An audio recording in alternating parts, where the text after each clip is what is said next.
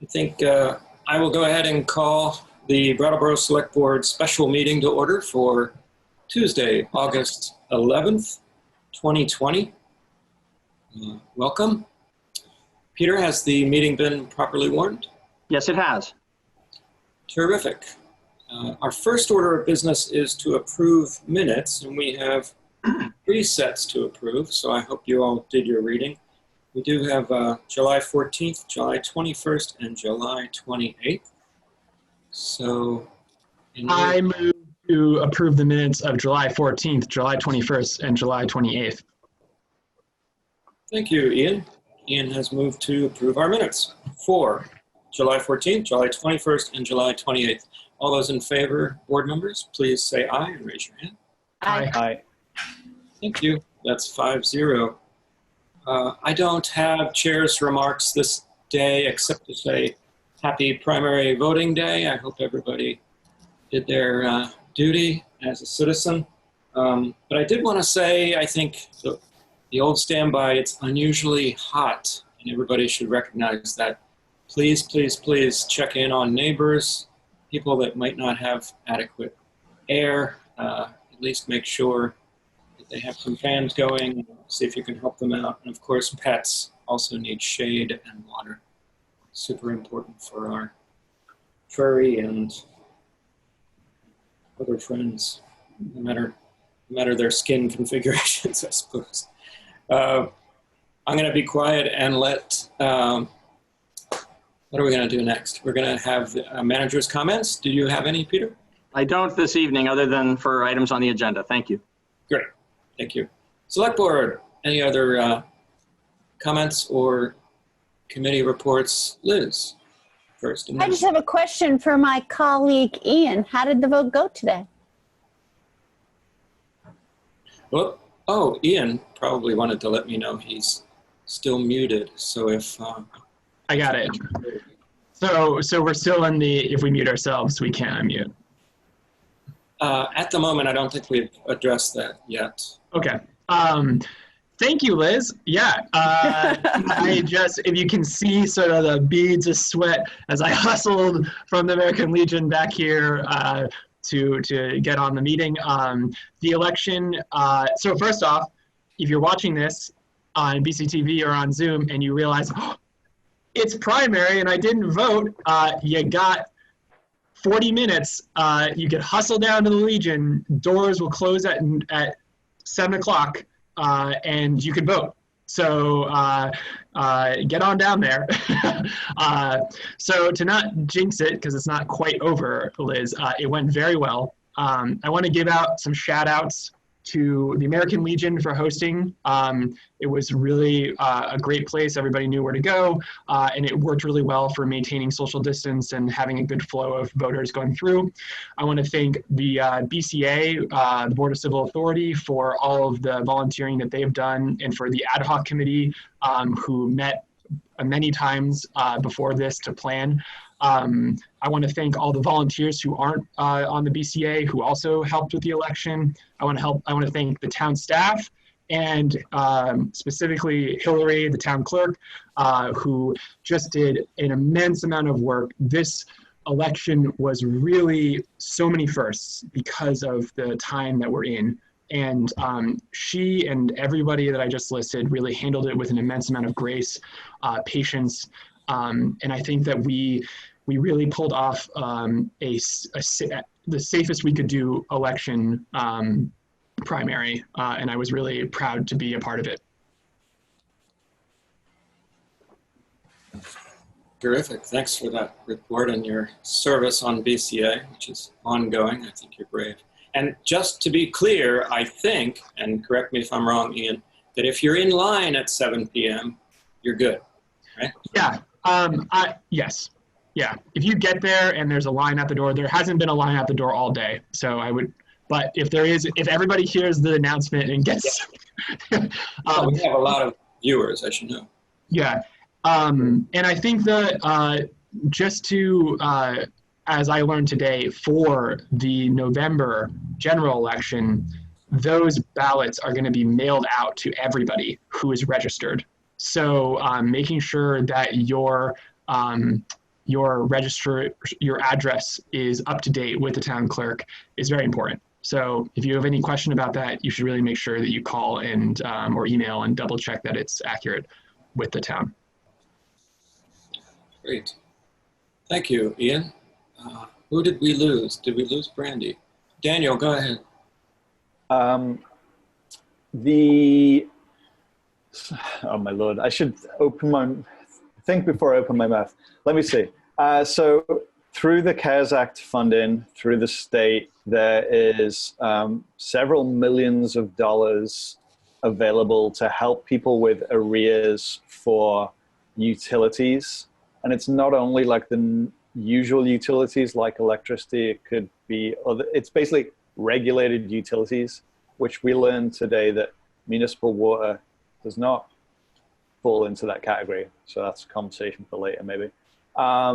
But there's going to be, you know, much money available for folks to help with overdue utility bills starting on Friday, and it will be locally administered by SEVCA, of whom I'm an employee, hence this message. So if you've got an overdue utility bill and you don't know what to do with it, give SEVCA a call starting Friday, and we will figure something out. Great. Thank you. Excellent. Anyone else? I'm wondering if, should I, oh, just in time. Brandy, we lost you for a moment. Yeah, my camera's a little laggy, and so it keeps kind of, well, that looks a little better, but it was lagging a bit, and so I tried to just shut it off and turn it back on. Oh, I think it did the trick. I don't know. So far. Yeah. Okay. Awesome. Well, if no one else has any comments, we're going to go to just the next item on our agenda is public participation. I don't see any hands up, as we say, but I thought I would take a moment to just, oop, now I do. So I'll continue to take a moment to just let people know that if you're not used to Zoom, it's a little different from GoToMeeting. It's got some advantages from my point of view because of this stacking, automatic stacking situation. A new word that I learned recently from Daniel. I now know what stack means. So it puts you in line in a queue to say something during different points that I'll open it up for comments or questions from our audience.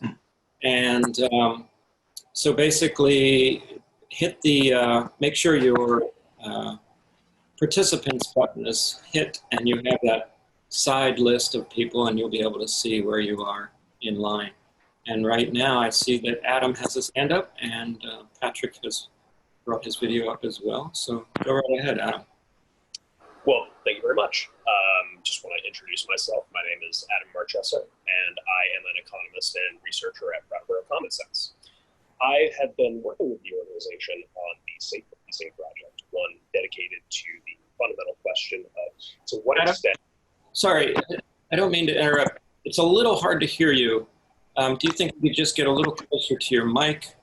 Absolutely. And, did you say you were with Brattleboro Common Sense? Because that was where it started to get tough for me.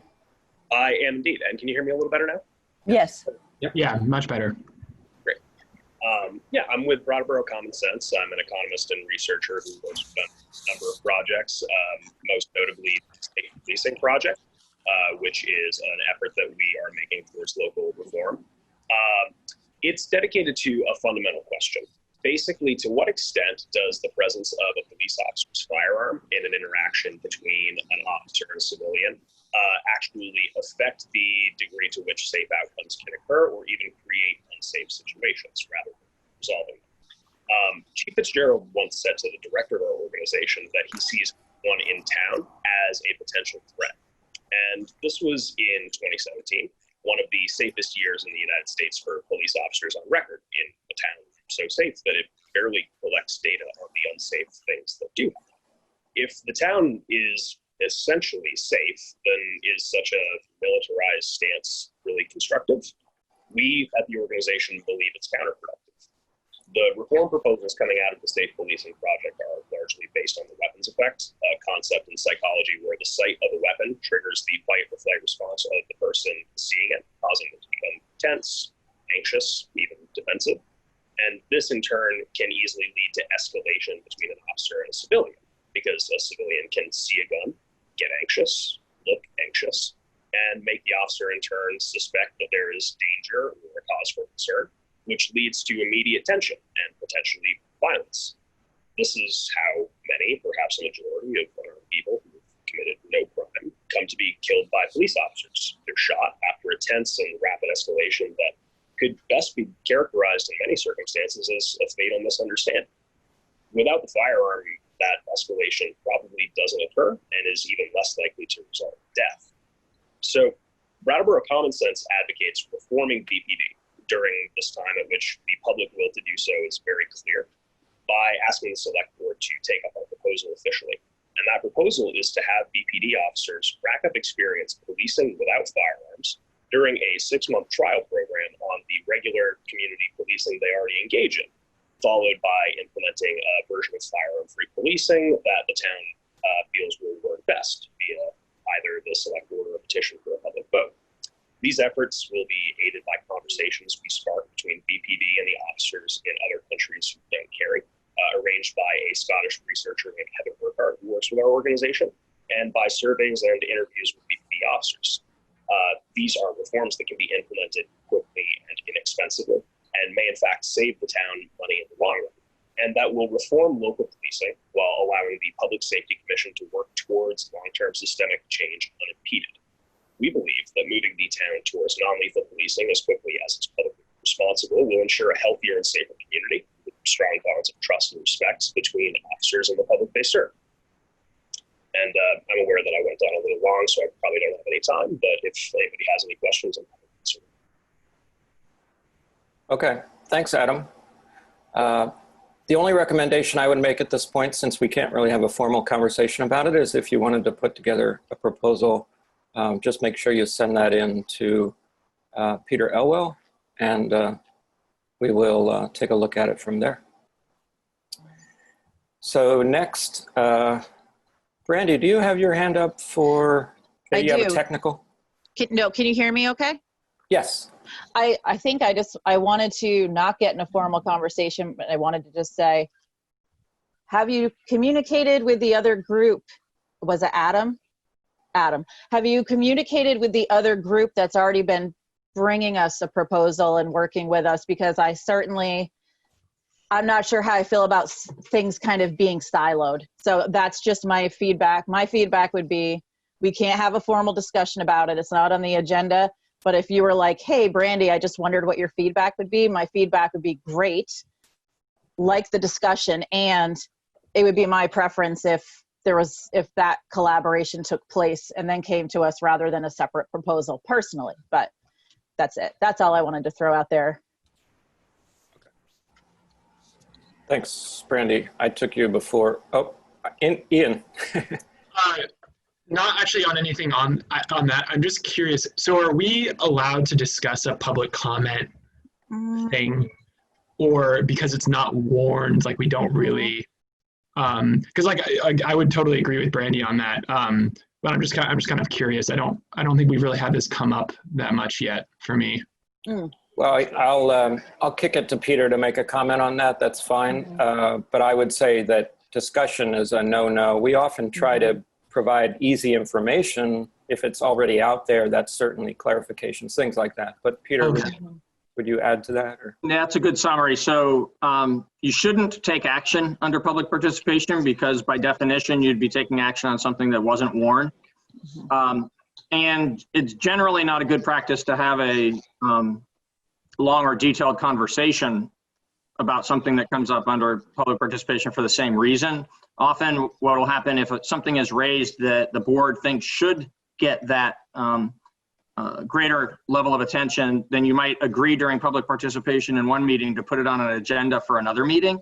But very often you just take public participation under advisement so you can consider those things as you continue to do your business. I would say specifically about this one, in addition to the point that Brandy made about possibly getting in touch with other people in the community, The status of that matter, which will be on your agenda 1 week from tonight, based on the several prior meetings and very lengthy consideration that the board has given to this and the community has advised, from various perspectives on. The current status of that is that you've asked me to refine the proposed RFP that is in front of you, that was in front of you at the last meeting. I'm in the process of doing that and will be meeting with some of the drafters of that on Thursday. It'll be in my recommendation to you will be in your materials on Friday. So this matter will actually be on the agenda next Tuesday night. And the direction that it seems to be heading, although there's details yet to be decided by you in launching this, the direction it seems to be heading is that we will indeed launch and there will be a community safety review. And so I would suggest that certainly communication between now and any time that folks in the community want to get together and talk about this is entirely appropriate. But for bringing an actual proposal to the board to be considered as potential action that relates to increasing community safety, it would actually be helpful for that to be brought forward into the process of review that the community will be undertaking once you have launched it. Excellent advice there, Peter. It certainly fits with the process. Thank you very much for that. It feels kind of weird to like hear someone who public comment and that's kind of just like, okay, thank you. if that's, it's good to know that that's kind of what we're supposed to do. Great. If the board is satisfied with that, I'm going to go to Mark Tully. If Patrick would just... Okay, if this is... oh, there I am. Hi, I'm Tully. Greetings from Fort Dummer. I live in Brattleboro. I just tuned in to express an initial burst of support for the proposal the idea Adam just laid out. I do some contract work for Brattleboro Common Sense, and so I've been aware of Adam's research, which is very strong, and I'm looking forward to the community being exposed to it as well. I very much support the reform review board getting together. I, however, do not think it should be a bureaucracy into which all reform disappears until it comes on their agenda. I think that's very bad political form for a town to do that. I don't think it should stop reform. That's on that comment. I also want to point out that not having firearms on patrols, as simple and obvious as it seems, is not, hasn't really taken off in this country. And, but it's an absolutely fabulous idea and would have a huge impact on public safety and police safety. The last thing I want to say is that the idea of patrolling without firearms could maybe start in our schools, because we have firearms in the hallways of our schools ready to be fired at whenever, and that is extremely dangerous. And so if it comes to experimenting with weaponless patrols, I say we start in schools. Check. Okay, I'll take your check as your mark out. Thanks, Mark. Just a reminder to everybody, schools is not this board's purview, but you're heard. Kurt Dimes is next.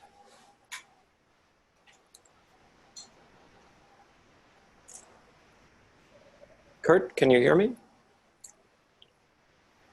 Yeah, can you hear me now? Yes, thank you. Can you see me? Yep. Yeah. And the bird. I can't see you. My computer's screwed up. All I can see is white now. Oh.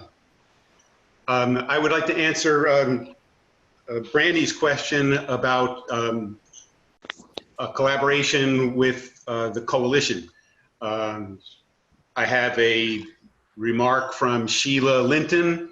She's considering an endorsement, and she's considering putting it on the agenda of her coalition for an endorsement by the coalition. Great. What else can I tell you? I support this very enthusiastically. I was just talking with Brandon Lee of training for transformation. He is been part of the our consultancy since 2017 on the project, and is ready, according to the plan that you will soon see, to rewrite the de-escalation training, which will in this case not include weapons as a last resort.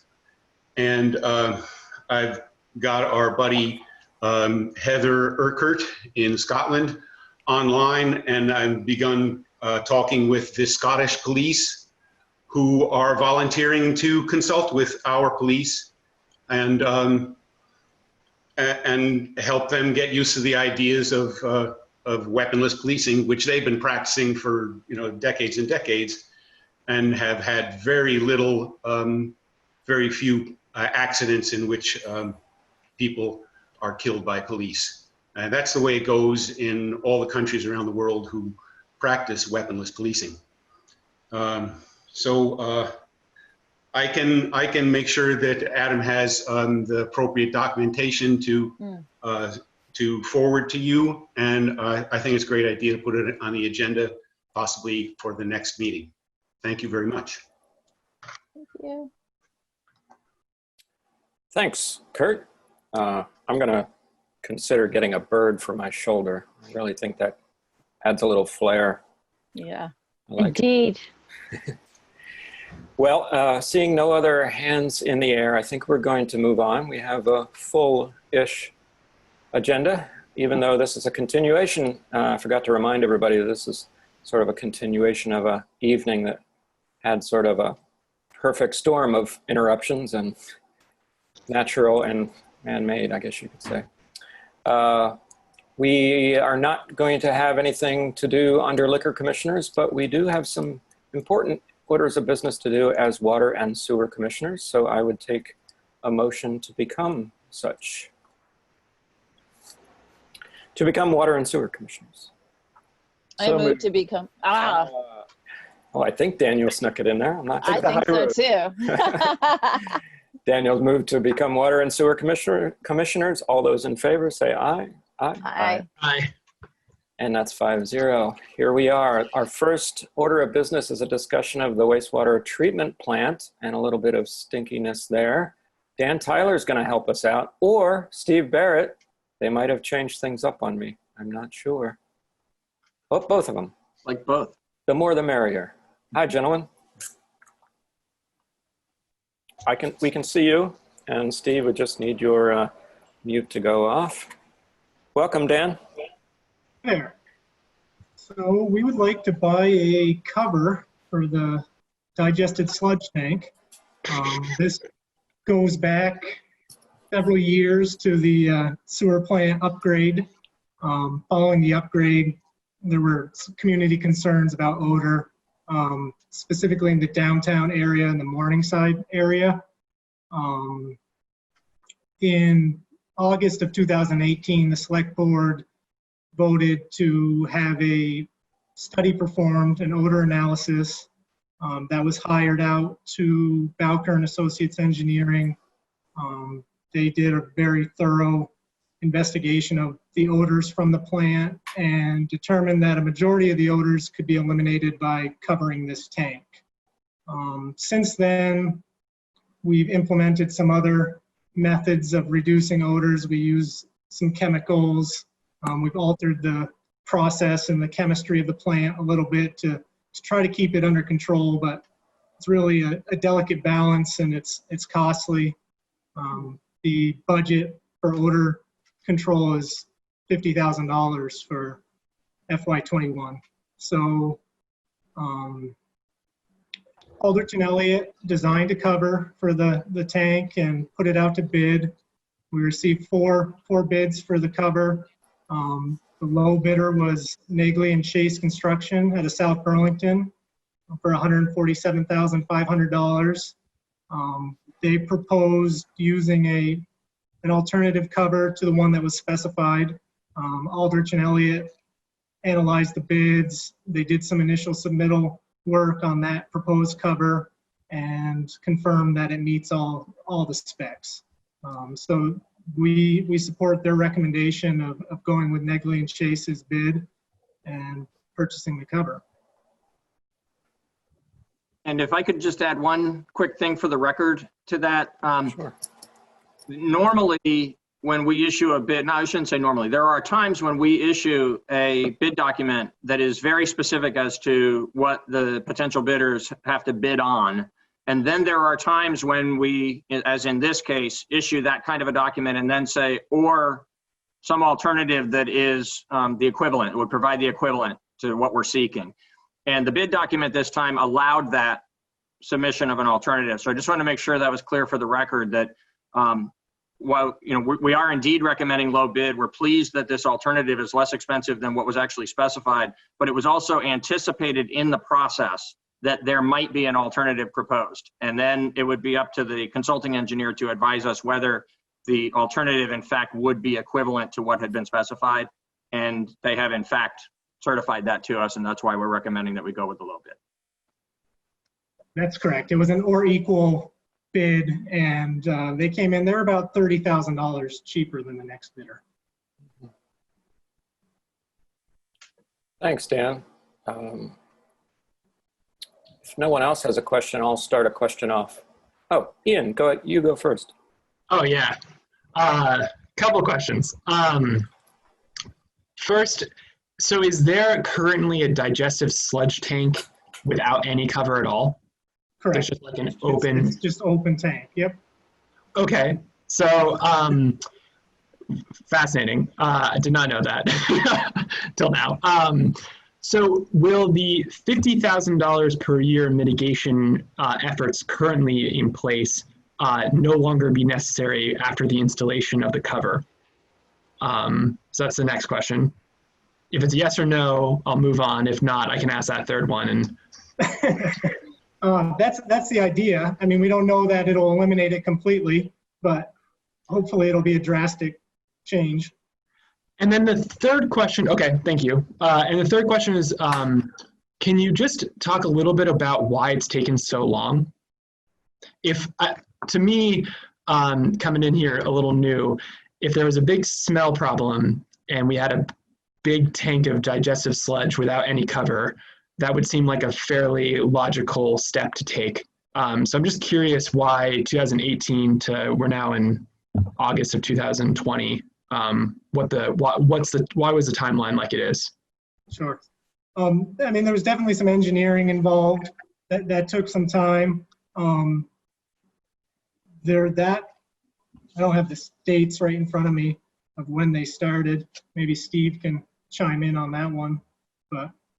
I can help with that. I don't have the dates, so if you want to get that specific, then okay, we can fill that in. But generally speaking, the reason why is the problem was identified and staff recommended that we go out and hire professional consulting engineers who actually specialize in this kind of work, right? People who are familiar with the operation of these plants and analyzing odor problems and solving them.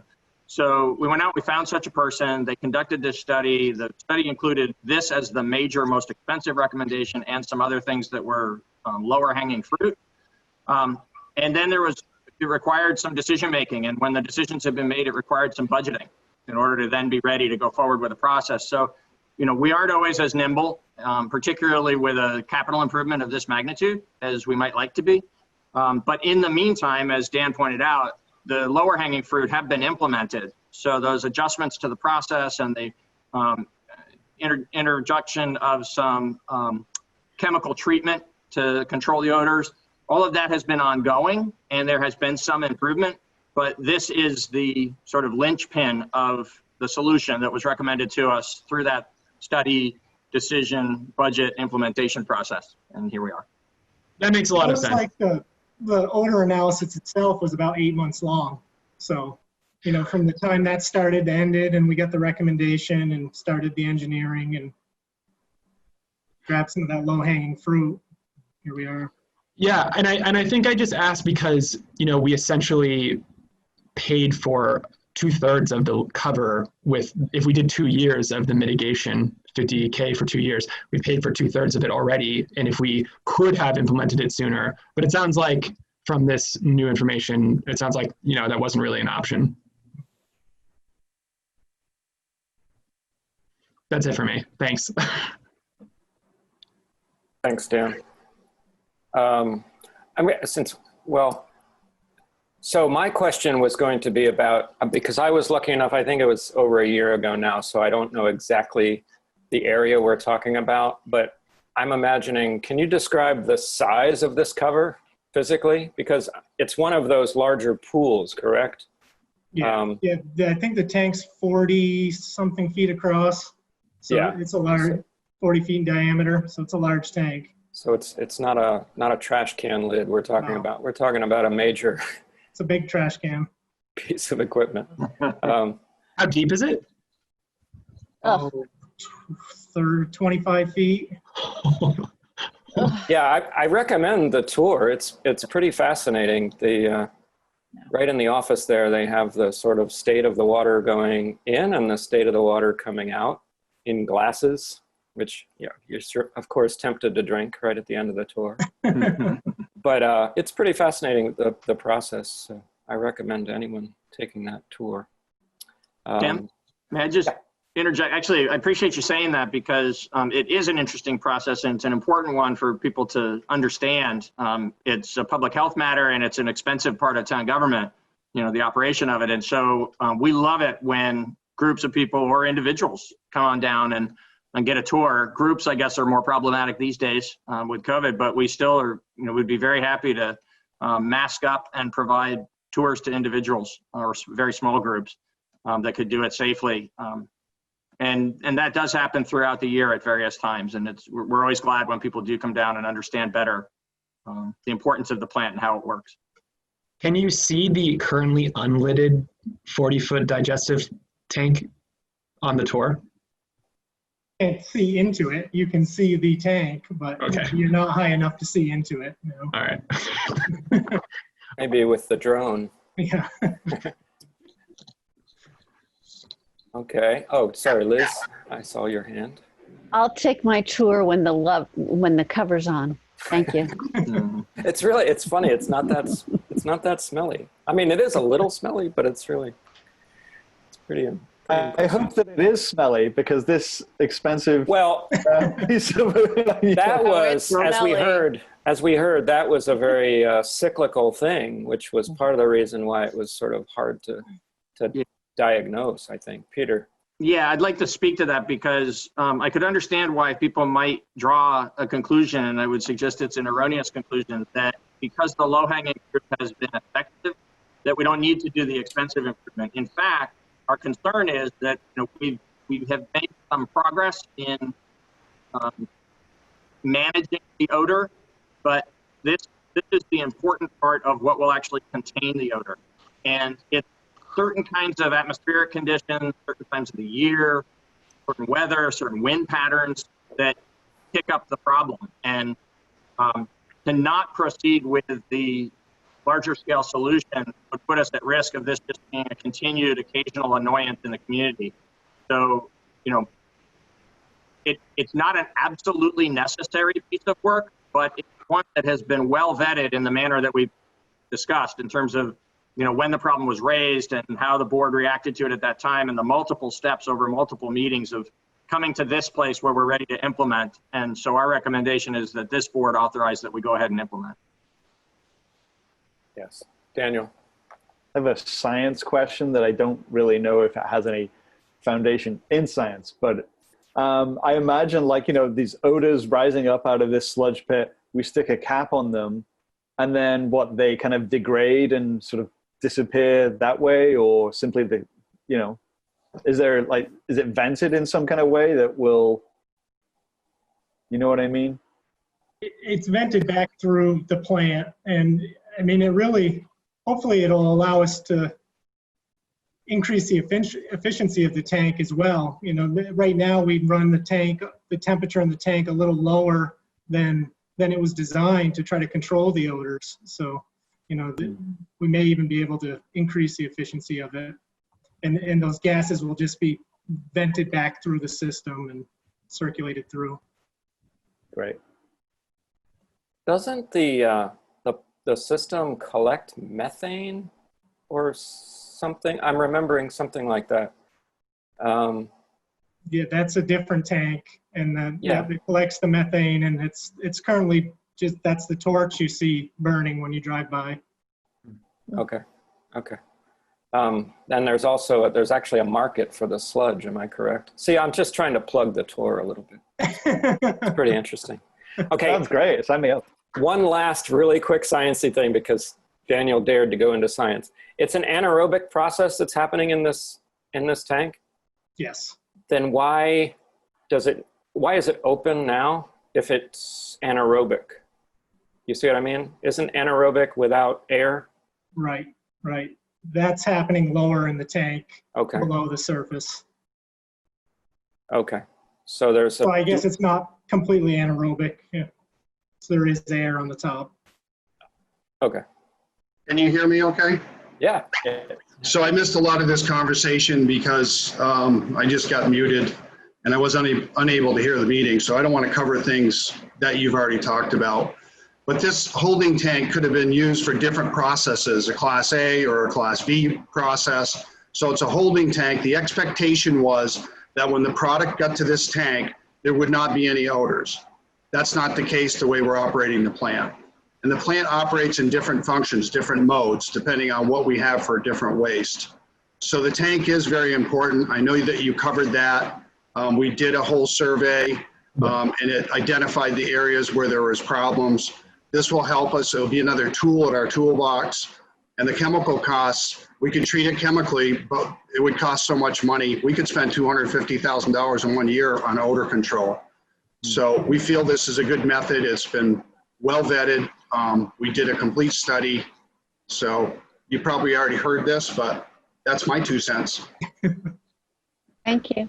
That helps, Steve. I think our questions were just curiosities more than potential criticism. So, well, I do think the recommendation, I think all board members should go down to the treatment plant. In the past, all new members have gone to the water treatment and the wastewater. It is good to know what those facilities do and the services that they provide. And so we do encourage people to come down and visit anytime that you can. Thank you. Thank you. I've still got to get up to the water treatment plant. So I'll invite anybody who's watching to raise their hand if they wanted to make a comment. Anyone out in the public? Barring that, I would take a motion. I think it feels timely.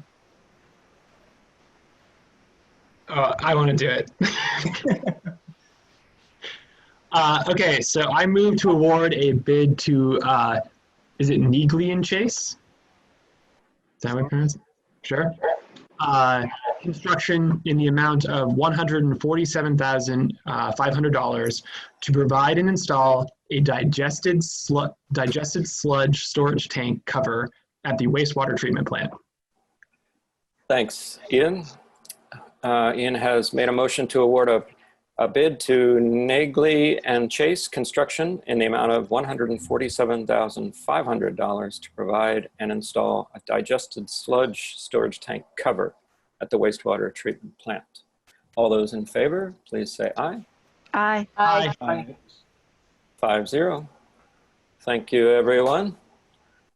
Next up, we have some engineering contracts to discuss with, I believe, Steve. Yes, so we have 2 contracts from Dufresne Group for construction engineering services for the Exit 1 water and sewer improvements and the Reservoir Culvert project. Dufresne, what they'll do is they'll observe all the work, they'll record all the work performed, they'll ensure that we are in compliance with all rules and regulations, they'll review all the pay requests, certify that the work has been designed, and prepare the drawings for both projects. The Exit 1 project, I know the board's pretty familiar with. This goes back to the need and the necessity to increase the capacity of the utilities for the existing businesses at the Exit 1 development, but also this improvement improves the overall water system capacity for fires and for water main breaks throughout the whole system. The Exit 1 system supplies water not only for the businesses in that area in downtown, but also the Omega complex. So it supplies water. It's a good backup source to our water system as a whole. Reservoir Culvert project is one segment of the larger project, which is the waste line that is going to go from Pleasant Valley, the drinking water facility, for a line to connect directly into our wastewater system and be treated at the wastewater treatment plant. And so this particular piece of the project is very complex. It cuts out the existing water mains. There's a culvert, there's a waterway that's there. So we hired that project out. And this will provide the engineering services to ensure that the work is done and certified as it was built. Funding for both of these projects were in the utilities budget that you passed just a few months ago.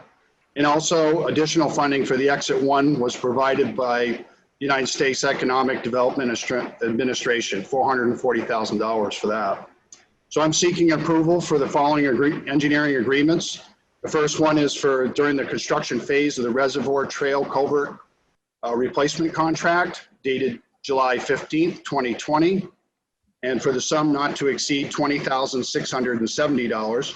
And the second contract is for engineering service for the construction, the phase of Exit 1 water and sewer improvements, contract 2020-2 dated July 15th, 2020, for a sum not to exceed $95,000.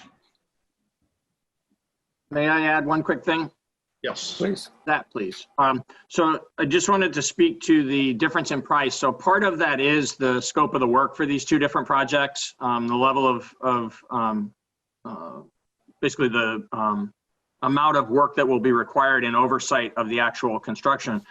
But it also is affected, the Exit 1 is affected by the fact that we are getting this $440,000 worth of federal funding, which is far more funding assistance than the additional burden that it represents. But there is additional burden when we're receiving grant money like this. The documentation that's required for the federal government is above and beyond the documentation that's required just to do a proper job and certify that the improvement has been installed properly. And so there is both additional scope of work in the construction and even additional scope beyond that for the engineering oversight. And that's why you see a substantial difference in the cost for these two different engagements. Thank you, Peter. Questions? No, I think, did we spend all our questions for that cover? Yes. I don't know. Well, Shoot. it's great that that's a substantial grant. And it seems fairly straightforward to me. No one has anything? Oh, maybe Liz. I just have a little question. I know how difficult it is to write these grant applications. Is that something the Public Works did, or did the Frame Group do that? The Assistant Town Manager, Patrick Moreland, was instrumental in this whole grant process. He really spearheaded it. He followed through with it. We assisted as much as we could along with Dufresne and the Town Manager. But I would say Patrick really is the person that really made this happen. Then kudos to him, because I know that's very important. Yeah, he did a fantastic job. I'm sorry to interrupt. I heard you say that. Thank you, Steve. I appreciate it. But if we're going to thank anybody, we really need to thank the good folks at the Brattleboro Development Credit Corporation who did a lot of work on that application. And in particular, Bobby Kilburn, who was a real trooper. So kudos to all. Oh, well, that's great to know. Thank you, Patrick. Yeah, thank you, Patrick. What did I do? The man behind the curtain for our meetings. Okay, so thanks for all that info. I do want to I feel like I should just remind people who might just be tuning in that we are within our duties as water and sewer commissioners. So the funds that we're talking about for this storage tank cover and these engineering contracts do come from the water and sewer budget, which is quite absolutely separate from the municipal tax budget. So it's likely that you're paying for it through your water sewer bills, but it is a different pot of funds, and it's important to keep that in mind because it's literally the rate payers that are paying for this versus the taxpayers. Important distinction. Boring one, but important. Sorry. So I think we're ready for a motion perhaps, or actually two if you want to bundle that. Is that okay, Peter? Sure, that is okay. I'll do it. Oh, I'll thanks, make Brandy. and you can hear me okay, right? Sorry, I'm still paranoid. Okay. Yes. Yes. Okay, so I'm going to bundle these. So I'm going to move to award a contract for construction phase engineering services to Dufresne Group in the amount of $95,000 for the Exit 1 water and sewer improvements, and move to award a contract for construction phase engineering services also to Dufresne Group in the amount of $20,670 for the Reservoir Trail Culvert Replacement Project. Thanks, Brandy.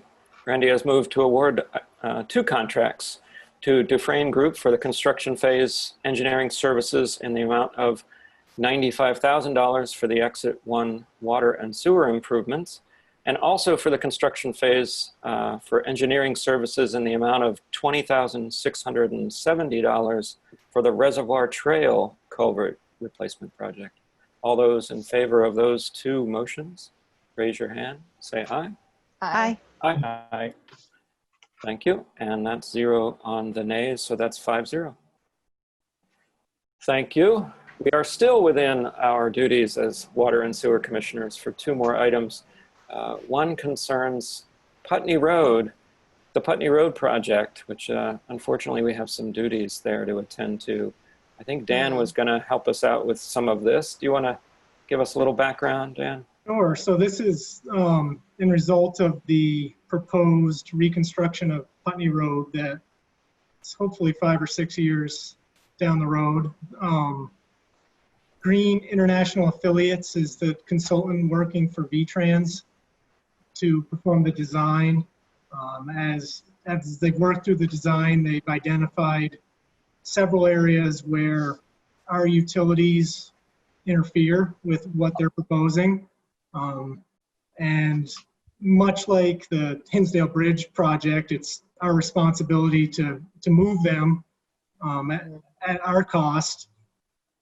So they've identified about 2,100 feet of 16-inch water main, 625 feet of water services that connect those mains to customers, 1,000 feet of sewer main, various fire hydrants, and there's also a asbestos cement water main that runs from approximately top of the hill grill to the roundabout.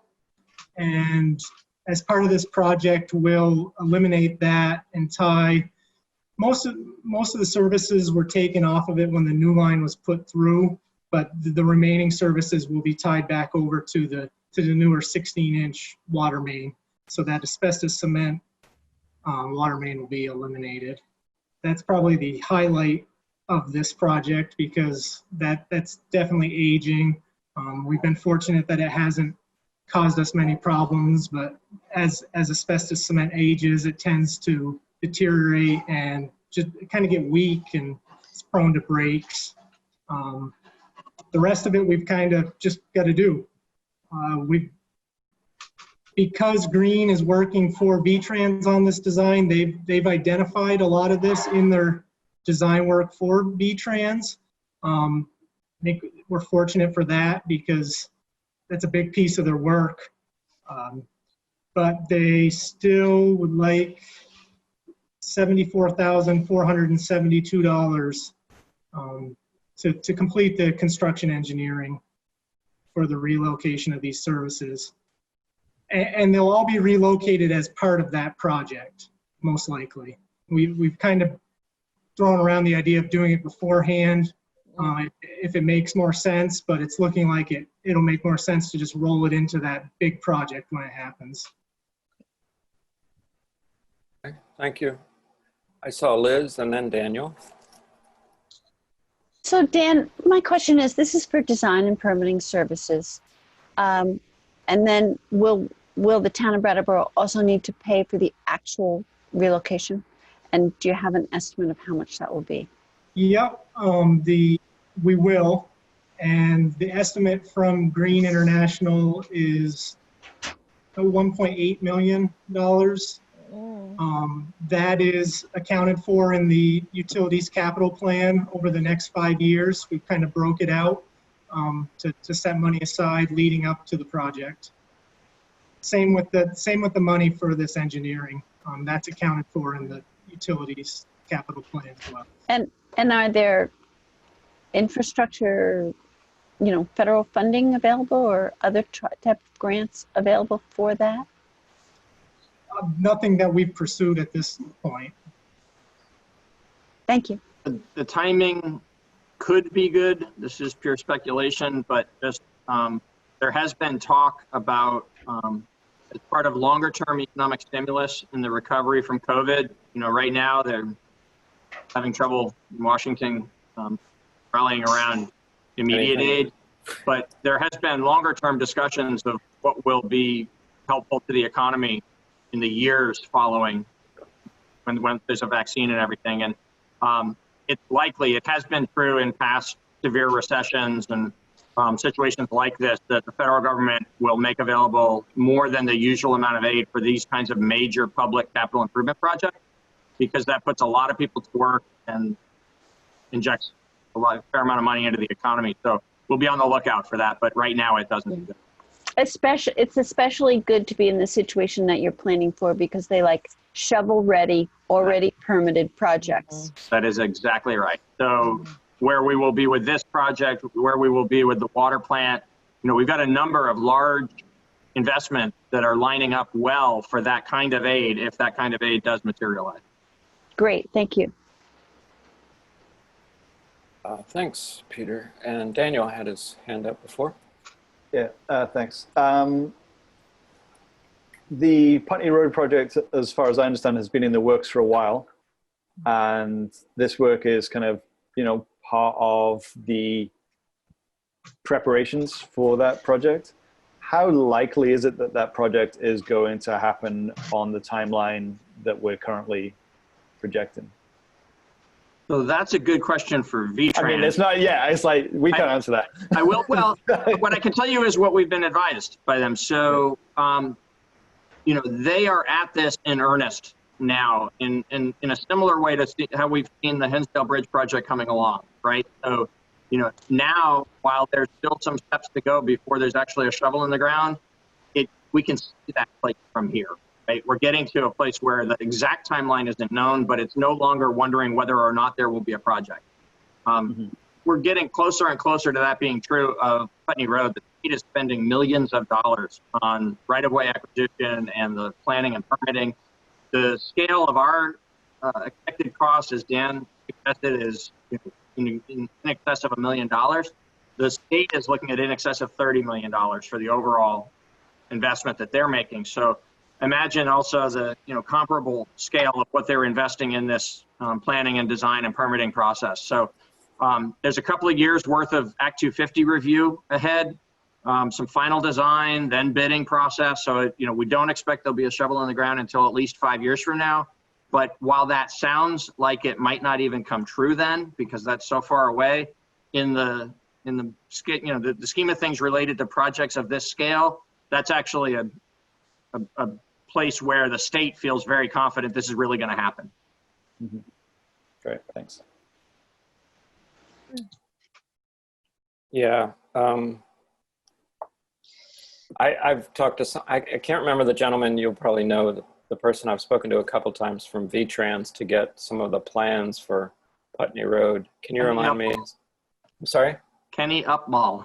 Ken Upmall, yeah. Project manager for VTrans on this. He will answer you back within hours. Anyone who wants to check in for an update or would like to take a look at the plans. He's still pretty jazzed about the whole thing. So they're very excited about the project, and I think it's definitely a go, but who knows on delays, I guess you can never predict that.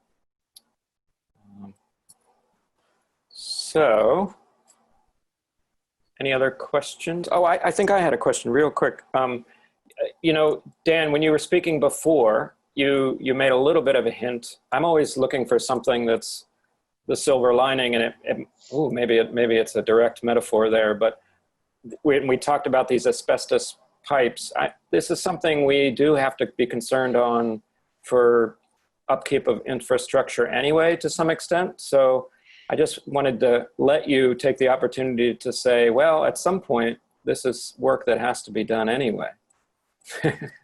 Certainly the asbestos pipe should be, and it would be much more costly for us to go back in and do it after they've rebuilt the road. So, I mean, it makes the most sense to eliminate it as part of this project. Right. So I guess in the scheme of things, it's a little early, but certainly prudent. Correct. In your words. Yeah. Okay. Just makes me feel a little better, I guess. Well, and just one clarification there, if I might. The asbestos pipe actually isn't really early. It's providing service in overtime, if you will. I mean, it's the new pipe, the larger pipe that's having to be relocated. Some of that pipe is in good condition, and it's unfortunate that it's having to be, pulled out in order to be installed in the proper location for the new design of the road. But the asbestos pipe is old, and it's actually really important that the remaining businesses tied into that pipe are going to be tied to the better pipe now. And as you pointed out, and Dan has confirmed, that asbestos pipe would have to come out in the foreseeable future. So doing it when all of that area is all torn up for the major project is, just makes perfect sense. It would be irresponsible of us to wait and then have to go in and do this as more of an emergency. Sure. Just so the board knows, we took care of this situation when they did the roundabout on the north end of Putney Road, and we abandoned the old asbestos main, and we went all the way up past the Subaru. So we took advantage when they did the roundabout also. We're in the same situation. Okay. Thank you. If the public, I'm assuming public has no questions. I don't see a hand up currently. Just a reminder, not really salient in the moment, but a reminder that phone callers can now be put in the stack by entering *9 on your phones. So I would be open to accepting a motion concerning this action. I would be delighted. Oh, Liz. No, go ahead, Daniel. No. No. I insist. You go. Okay, Don't it's fight. a good one, this one. All right, I move to approve an engineering agreement with Green International Affiliates Incorporated of Westford, Massachusetts in the amount of $75,472 for engineering services to provide design, coordination, and permitting services in connection with the Putney Road water and sewer main relocation replacement project. Oh, thank you, Daniel. That was a mouthful. You've made a motion to approve an engineering agreement with Green International Affiliates, Inc. of Westford, Mass. in the amount of $75,472 for engineering services, design, coordination, permitting services in connection with the Putney Road water, sewer, and main relocation / replacement project. All those in favor, please say aye. Aye. Aye. And that's 5-0. Thank you. Congratulations. We have one more order of business, and Peter is going to do the introduction on this one because it's harder than other ones. Thank you. Just less technical, so it's in my wheelhouse. So the one of the very first actions that you took as a board at the beginning of the COVID-19 situation was to instruct staff not to conduct any shutoffs of their water shutoffs based on non-payment of utility bills for water and sewer services. Under normal circumstances, in accordance with the town's water and sewer ordinance, there's only a certain amount of grace period for folks, and then they get a warning. There's a very specific number of steps where there's first a written warning and then a final notice that's actually taken to the door to say that the water would be shut off on a particular date. And then if there's non-payment, the water is shut off. based on the importance of water being available to everyone, anticipating that there would be financially stressful circumstances for many households through the COVID situation, and the importance of having water continue to be available so that people can wash hands and otherwise maintain the conditions in their homes during COVID, the board suspended water shutoff for the foreseeable future, until further notice. Peter, can you hang on 1 second? I sure will. Yeah. I realize I just got an email from Janet with, they were having a little bit of problems. I was kind of picking up everything you're saying, but we're getting a little bit of like a staccato in your audio. And maybe that it'll be improved if it looks like it's coming from your end, but if you turn off your camera, would you want to try that? Sure. And in the meantime, did we lose Ian? Just want to make sure Ian's, I see you're still on the, okay, yeah. You're okay. That's fine. I'll look at the participants. I apologize for calling you out. But let's try just that last few sentences. I think you were wrapping up our actions. Yeah, so I'm sorry. Is this better now? Yes, it is. Yeah. So far, good. Yeah. Good. Sorry about that. Yes, I was just summarizing the action that you took and why you had taken it for public health reasons and in recognition of the economic stresses that many households are encountering because of COVID and impacts on work. So now, several months later, you sort of, if I could characterize my understanding of the action you took, no, breaking up again? Yeah. Okay. A little bit. Should I call? I'm sorry this is happening. I'm sorry about it. You know, it could be someone making noise that occasionally cuts in. It sounds different than before. Okay. What if the rest of us went on mute for now? Okay. Let's on mute. See if that fixed it. Okay. Patrick, do you mind being on on call for muting there?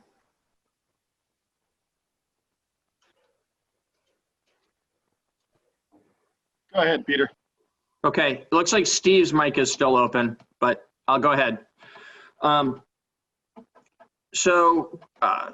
Fast forward now, several months later, right? The characterization I was going to offer for my understanding of your very quick action at the beginning of this process was to make sure that people who were struggling financially didn't get in a position, whether they were struggling because of COVID or not, and we anticipated that more people would struggle during COVID than in normal times.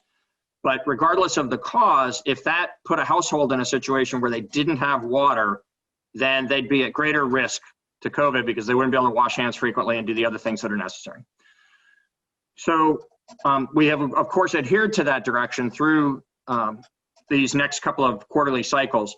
And what we have found is that there are some additional residential customers that have not paid on time. It's a little bit larger group than might normally be the case. You know, there's always, in any given quarter, there's usually some folks that are behind. There are, unfortunately, for folks, certain households that the treasurer's office can identify very readily, but we don't, for obvious reasons, identify in this memo. There are certain customers that routinely don't pay on time and then go through that notification process and then do pay before the water gets shut off. It's a matter of households that are, you know, on a particularly thin margin financially, deciding what needs to be paid first and then prioritizing the water and sewer bill when there's a potential for a shut off. That's going to come back up again and later in this conversation. We are not recommending that we resume shutoffs for residential customers. I want to make that clear right now and talk about what we are recommending, but I want to come back to the residential situation at the end of the presentation because it's important from a broad concern for community welfare, that there be a part of this that we at least consider, even if you don't address it with an action. What we are asking you to act on tonight is to authorize us to resume shutoff notices and shutoff process for commercial and industrial customers. And the reason for that is, unlike households, this is processed water primarily. There's small amounts of water at these businesses that are for the use of the humans that are there.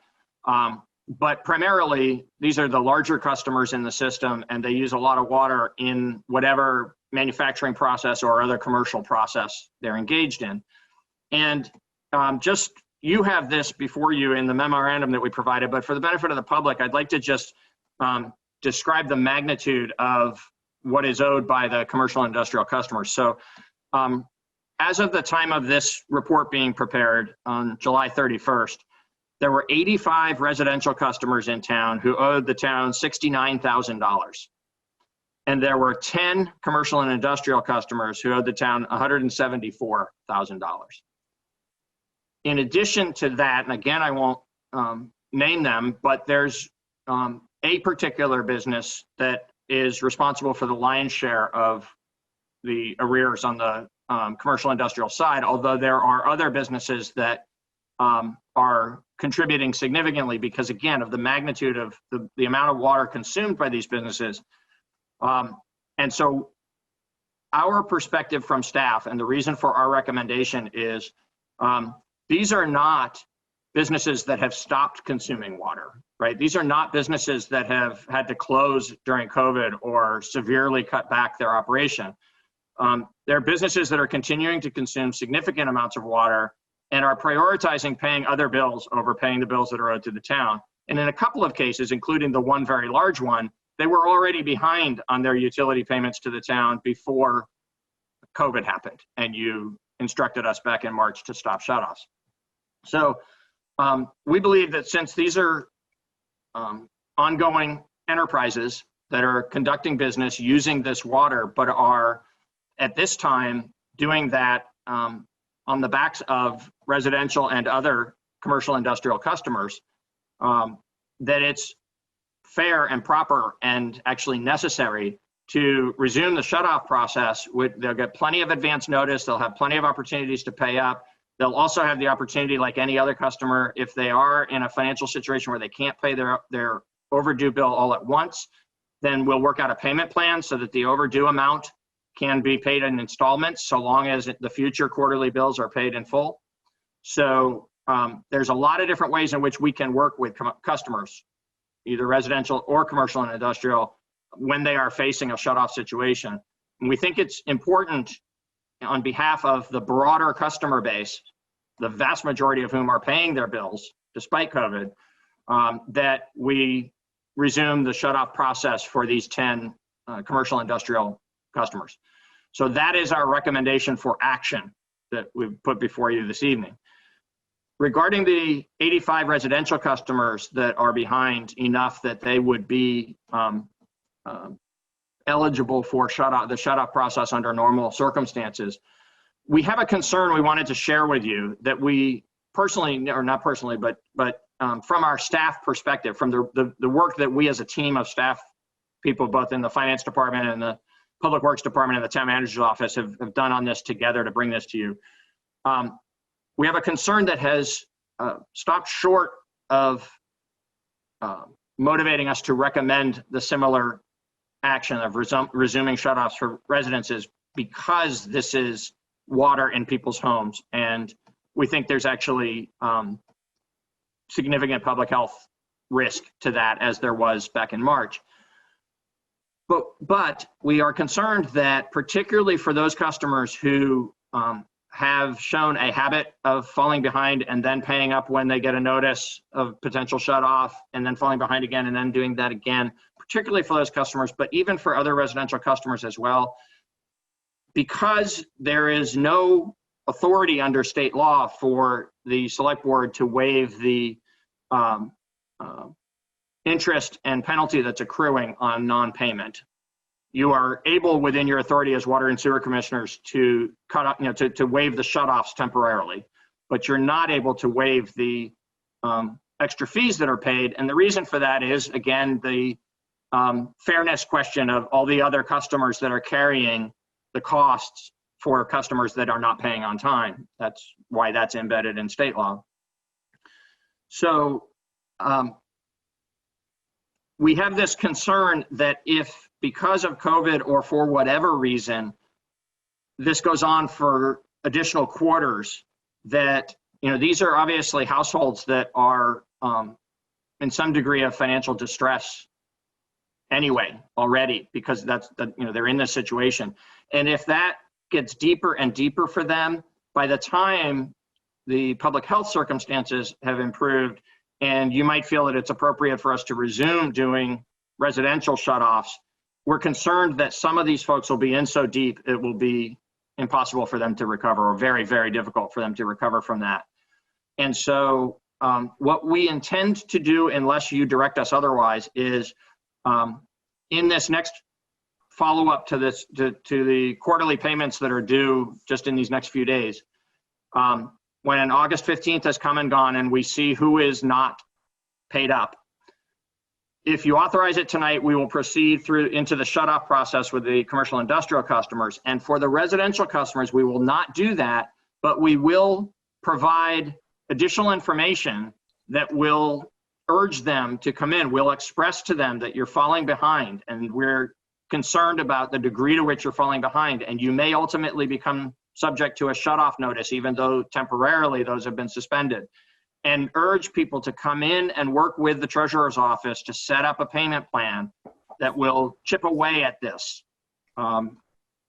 Daniel was right when he said at the very beginning of this meeting that we are not a regulated utility. No municipal utility is a regulated utility by definition. And so the aid that is available under COVID relief to help people pay the overdue bills to regulated utilities, is that aid is not available currently to pay us. So it's a very complicated situation, trying to balance, the interests of the utility and the broad public interest of the ratepayers with the public health concern, with the concern for the financial stresses of these particular households, but at the same time wanting to be helpful to them, to not let them fall so deep in a hole that it will be hard or impossible for them to get out, in the future. And so the fine balance of that from our perspective is, write a letter that is not overly harsh, but not overly gentle either, to make sure we get attention to this issue and encourage people to come in and work out a payment plan with us. Thank you for that summary and report, Peter. While we were muted, we did have a couple of board members raise their hands, so I'm tempted to take Brandy and Ian's and then Liz's. So, okay. I'm really glad that you clarified that we're not looking at this time to shut off the 85 residentials, because in my opinion, I'm not sure from a public health perspective or a financial perspective that much has changed since March. Right. If anything, a lot of people may have lost more income, and now we're going to go into the school year, and hand washing.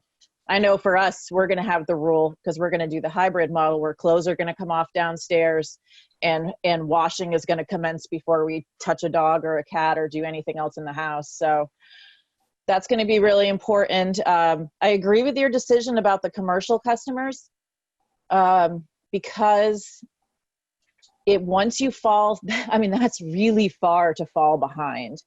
And I think many of us who have lived near the edge have accumulated bills, and at some point you just can't get out of them. And so at some point, I think with those larger customers, like you said, it's time for us to reach out and start to deal with that. And I definitely am in favor of reaching out to the residential customers, even if we're just saying, listen, unfortunately, there's literally no support for you right now financially.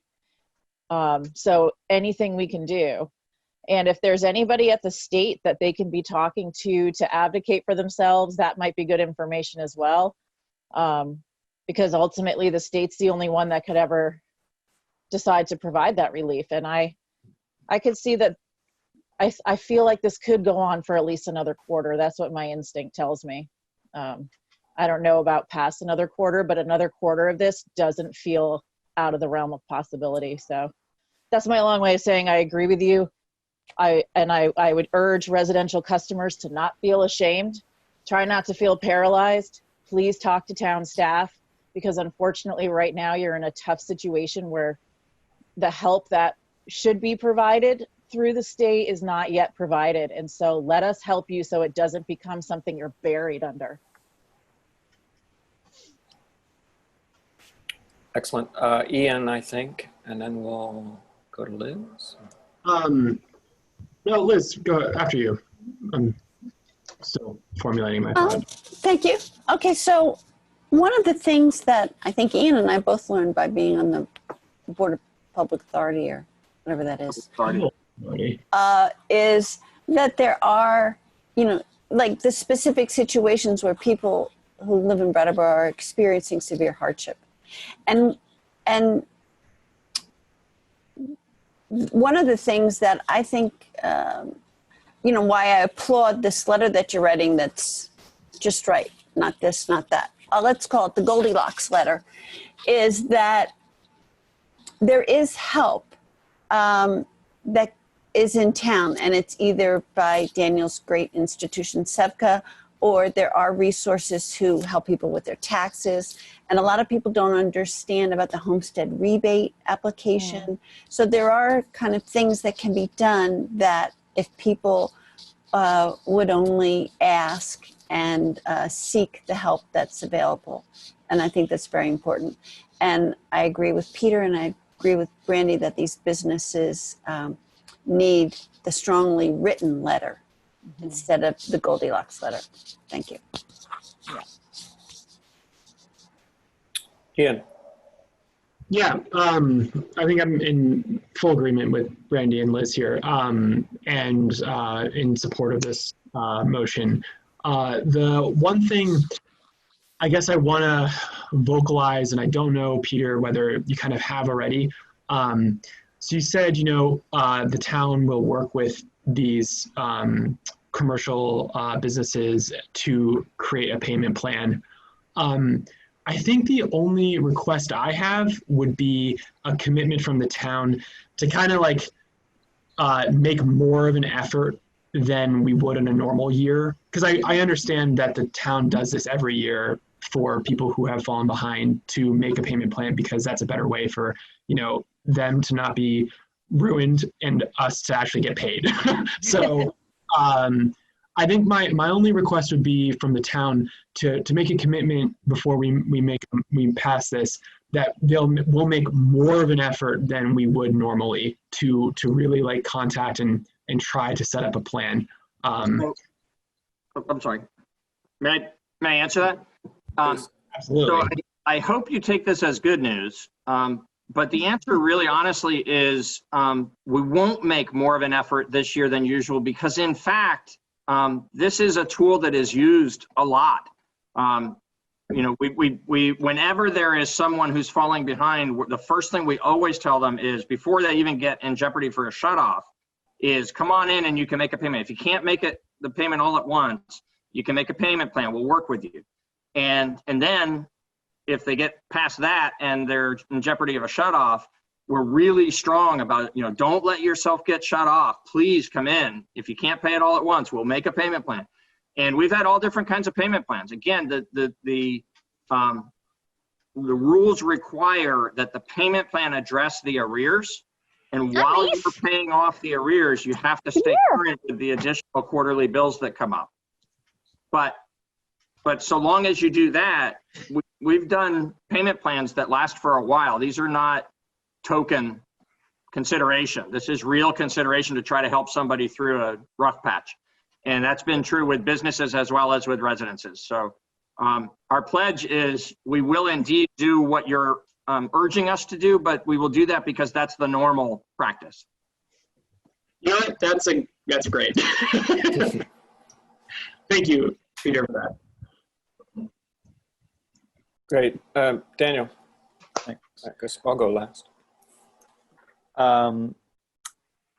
Yeah, everything that people have raised so far, like I'm pretty much in agreement with as well. I was kind of curious about whether in the past we've had commercial or industrial water users get to the point where they actually do get shut off. I believe we have. I'm going to ask Steve Barrett to come on camera and open his mic and get Patrick's help. He'll be able to tell us for sure. One thing I know, and one reason why I believe that we have had to do that in the past, is we had a really clear conversation. It's something I should have made part of the presentation really clear conversation about what happens when a commercial customer gets shut off, because we were concerned these buildings typically have very sophisticated fire suppression systems that are on separate meters. And so we wanted to make sure that shut off would be just for the processed water and the convenience water and not for the fire safety water. And in fact, that is the practice. And since there's a practice, I'm assuming, Steve, that in fact, there's been some experience implementing that. Yeah, we have for businesses and residential. And, you know, as Peter said, you know, we've been pretty strong on this, and it was really a directive from the board years ago when a lot of people got in the rears and they got way, way behind. So we had to take a strong stance, and it's proven to be better for the utility overall. So we give people all the opportunities, you know, advise them, and then, yes, we have shut off both residential and commercial and industrial. Thanks. I have a follow-up question to that. Have we heard anything from any of the commercial and industrial users about hardship or, you know? I'm reluctant to go deeper. I mean, we also don't need to like put other people's stuff in the street, but. That's the thing. So in this public setting, I'm uncomfortable with airing what we believe to have been a really discretionary action that has caused this number to become so large. Okay. And so we want to help provide a motivation for the discretionary act, the next discretionary action to be to prioritize paying the town's water and sewer bill. Very good. And then one final thing I wanted to say just about the residential customers, like, I can't say this like categorically is true for the people that are in arrears, but I know that, as you mentioned, like, you know, people prioritize bills based on the ones that are most pressing. And, you know, yeah, I've definitely waited until it's like doomsday before I end up paying something. And whilst this utility arrears program doesn't cover municipal water, I think it's important that people understand that there are programs available right now for other kinds of arrears. And so it might be that you've been prioritizing this one and you can get some help here, and then you can free up some money for here, you know. So there's a lot of help right now for food, there's help for electricity, phone, internet, other types of things. And, you know, Sevka is a good place to start. We could at least identify some other places for you to go if we can't actually solve the problem entirely as well. Great, thank you. Ian. Why isn't there support currently for water and sewer? Yeah. Like all these other things that Daniel just listed are all just as important, but like, yeah. So it's very typical. I think it's a deeper dive for another day. Honestly, I don't feel like I've got a good answer on the top of my head, but I can tell you it is very typical that laws of this type related to utilities speak to regulated utilities and not to municipal utilities. So sometimes that means we get a little more latitude in a situation where a regulated utility has to say, may I please, but where you as water and sewer commissioners can make decisions where we don't have to go up to a higher level of authority. But then sometimes it works the other way. And here's a moment when it's working the other way and we're not participating in the benefit of this program. I see. Thank you. Thanks, Ian. I'll just jump in really quickly with, for me, the extent that what you're asking for here in this motion is absolutely reasonable.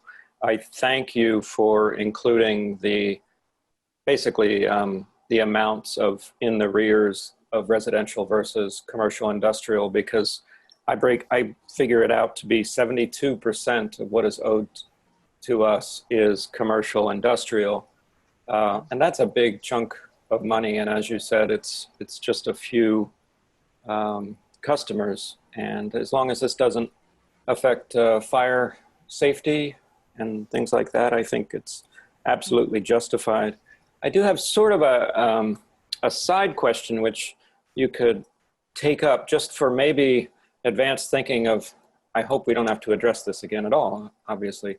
But in case we do, I had a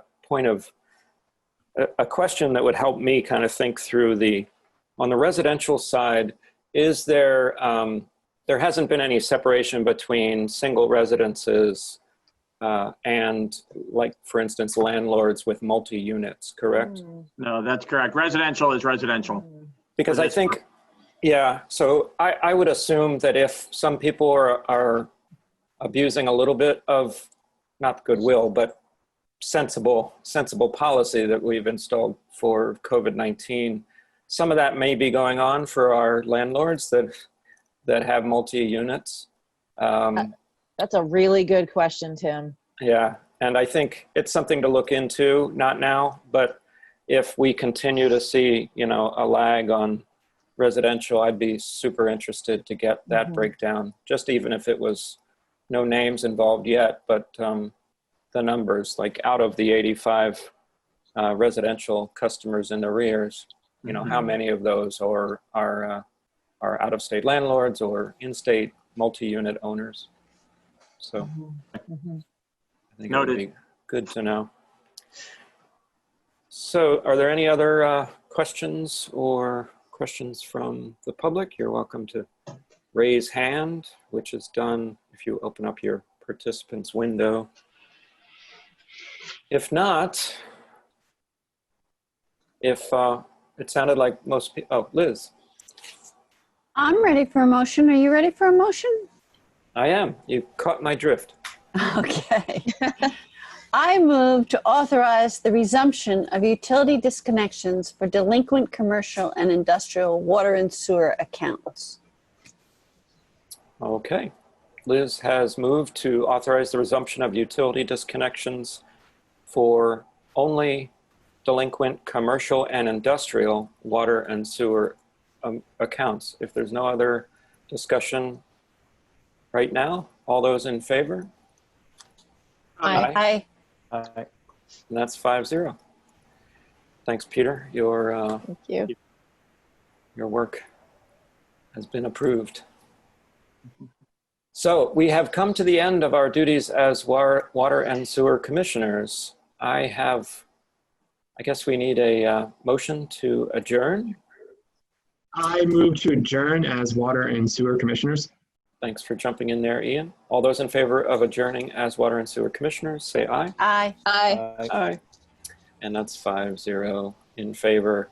I was looking at the clock, and we always take a break right around 8, but looking at what we have to, would you folks, because we're about to move into a discussion of RTM, would you like to take the break now? Because we're not going to make it through the whole agenda without a break anyway. So, but I don't think we're going to go late, just to let our ASL folks know. I'm going to be more firm about that. We are not going to go late tonight. So I think we could just take a break now. Would that sound good for everybody? Yeah. Yep. Awesome. Thank you. So let's. Resuming when? I'm sorry? Resuming when? Resuming at 8 p.m. I was going to suggest. Just give us 15 minutes. Is that okay with everyone? Great. Sounds good. Thanks. We will see you all soon, folks. All right. Well, thanks everyone for their on-time performance here. We're going to reconvene our select board meeting of August 11th, our special meeting. So next on our agenda, we are to unfinished business, and we have some unfinished business to attend to with representative town meeting. Peter is going to give us an update on that. We have to approve a warning. Yes, thank you. I'm going to make a very quick summary. If you have questions or concerns, we can go into a deeper conversation, but because this has had such thorough consideration in prior meetings, and we're now implementing a decision that you've made, I'll just say, we looked at a lot of different ways to try to hold representative town meeting this year. After fully exploring 3 or 4 different ways and weighing the pros and cons and getting lots of public input, and particularly being guided, your decision making a couple of weeks ago was guided by the results of the community survey or the survey of representative town meeting members. The decision that you made and the direction you provided was to hold representative town meeting this year on Zoom entirely as one meeting without breaking it into pieces. to begin at 8:30 in the morning on Saturday, September 12th, in the same manner as town meeting normally begins at 8:30 in the morning on a Saturday in March. But instead of being in a big room together, to have everybody assembled on Zoom, in the hopes that the business can be conducted all in one day. But if that's not the case, explicitly warning, because of the unique circumstances this year and the potential that people might just decide that they've had enough, and the body might ask that there be a continuation of the meeting to be finished at another sitting. We're explicitly warning this to begin on September 12th and to continue on September 13th if necessary. All of that is explicitly consistent with the direction we received from you a couple of weeks ago.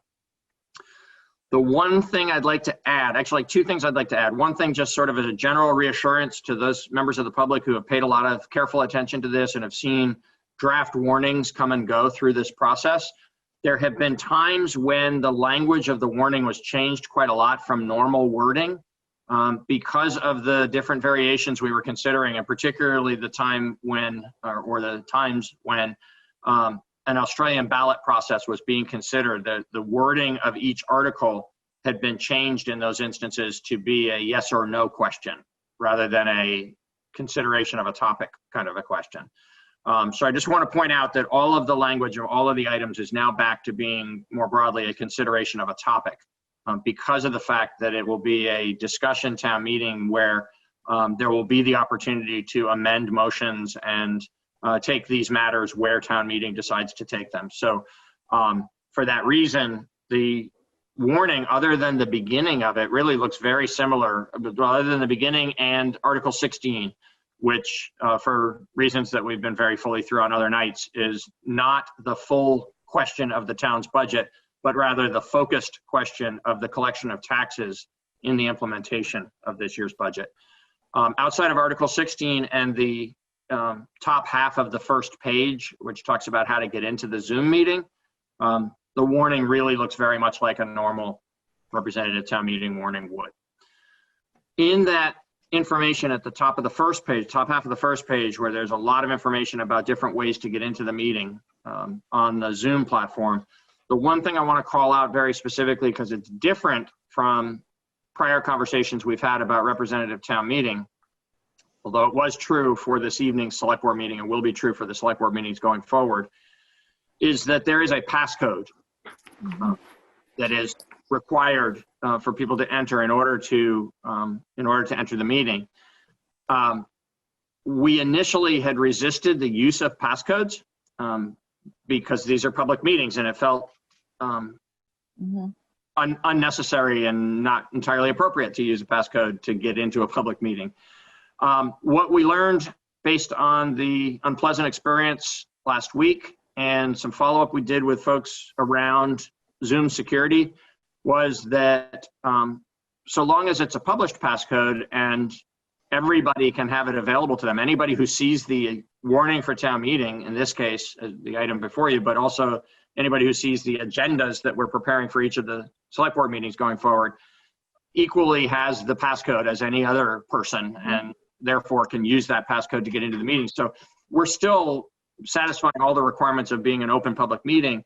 But what this prevents is robots, digital tools, from being able to find our meeting easily accessible in the manner that someone may have. We don't know yet from the investigation whether it was a human that decided to use, to click on our meeting, or whether it was something digital that caused that to happen.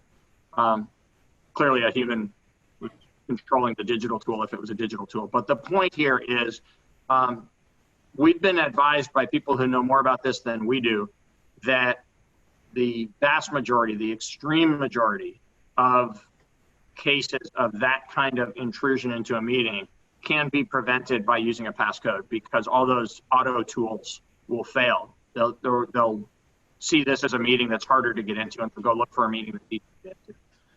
And so that's why I just thought it was important to be complete in the record of using a passcode for a public meeting as important as representative town meeting and these select board meetings. That's why we're using them, and we believe that it's it's hopefully going to be effective as a security measure, and we believe it's appropriate in terms of taking a more cautious approach and still keeping these meetings open to everyone who's a human interested in coming in. With that, what's before you tonight is simply to approve this warning and move forward to start the process. If you do choose to do that, then we will be finalizing the plans for how to hold the town meeting and how to do the outreach that we've discussed previously to help people get ready for town meeting. But first, we needed to know for sure that you feel ready at this point to warn this for September 12th and possibly the 13th. Mm-hmm. Terrific. Thumbs up, going up and around. And I just wanted to report back. I forgot to actually tell Patrick today that that transcript that I suggested getting and I ordered and will be reimbursed for is done. I'm just correcting a couple names because that's just out of courtesy to RTM members that I could see, to correct a couple of name spellings. And so I'll send that to him tomorrow. That was part of our idea to try to make that a little more accessible. That is, that in this case is the info meeting. Back in March. Yeah, which is interesting to watch, by the way. That's also available on BCTV, and I think as part of this process, we should make that link available.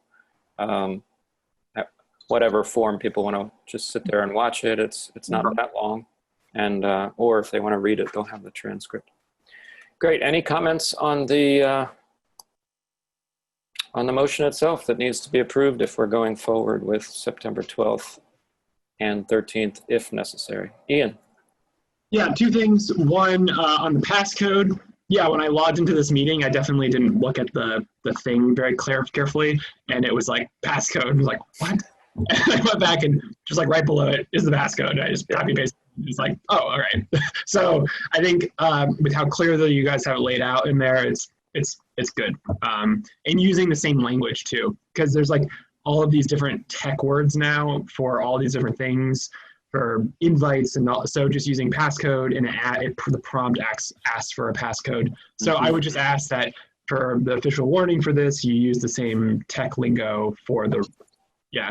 And then the other thing is, I just want to give a little like shout out, like thank you guys, like you know, Selectboard. This is like a long time coming, and you know, town staff for spending the time to do the survey, and all of the representative town meeting reps who actually answered it, and which was such a great turnout.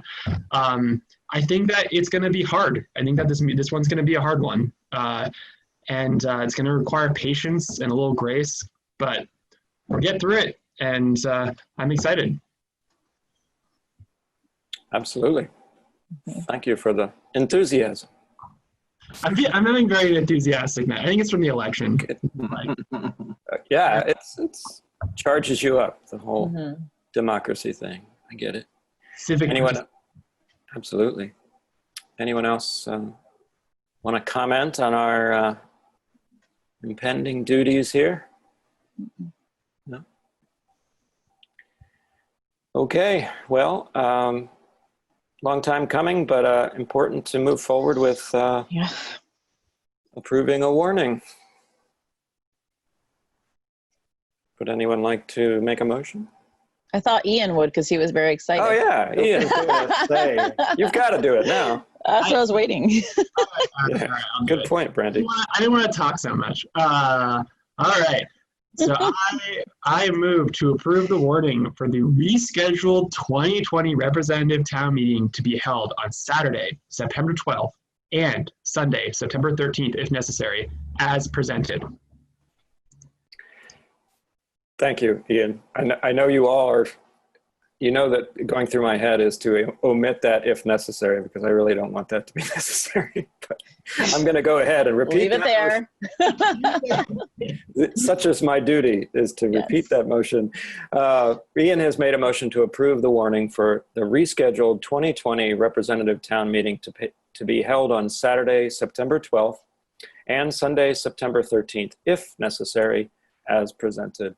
All those in favor, please say aye. Aye. Aye. And that passes 5-0.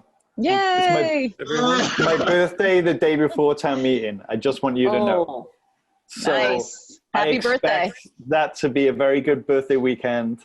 And I hope that somebody sends me cake. For real. cake. Okay. Well, hopefully you'll be coming off some birthday positivity, and we'll all feed off both cake and positive vibes. Thank you, everyone. That was okay through that. So also on unfinished business is another COVID-19 update from Peter, probably also brief, no pressure. No, I'll be very brief this evening. As a matter of fact, going forward, because for better or for worse, we're in a real steady state at this point, particularly as it relates to those things within the control of town government. My intent, as long as it's acceptable to the board, is to have this be the last time that we have this as an every select board meeting item. We've been having it on as an update every 2 weeks. And there just hasn't been much to say the last couple of months. Very limited updates. I'll give a very limited update here in a moment, but our intent is to come back and put COVID update on the agenda as we go forward into the future when there is in fact something of some significance to share. But otherwise not to do that. There will still, of course, be information that is updated continuously on the website based on the links that we created right at the beginning of this. So, you know, the public health science of this that's moving, you know, all the time. There's new information being shared, being posted by the Vermont Health Department and by the Centers for Disease Control.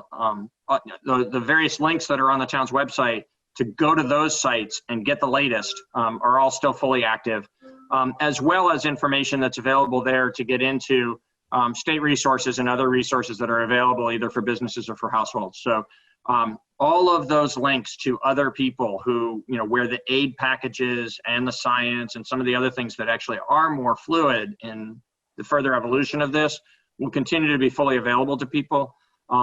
The updates that we were doing daily about town government for a while, we haven't been doing daily now for the better part of 2 months, but we do put those out also, again, occasionally as needed. I will be doing one on Friday. We have some additional information to share on Friday. So I'll push that out. But basically in terms of the operation of town government, we're in a very steady state where the field services are being provided almost completely as normal, but with some additional safety precautions beyond normal. And the offices are staffed at least minimally every day, but not fully staffed pretty much ever. And so those of us who provide administrative service to the community are doing that, you know, sometimes at home and sometimes in the office. On any given day, there's a fair number of people still working from their homes, as I did today and as I am this evening. And then there are, you know, during the workday hours, there's always at least one person in each office who can provide some in-person service if necessary. But what we have found is based on society generating these new habits of how to communicate with one another and get these, you know, get business done, as well as us in town government learning how to do that, we get very, very little visitation into the municipal center these days. Just a few people a week, but we're there to accommodate that for those people who actually need that. Most of the business that we're doing through electronic communication or phone. All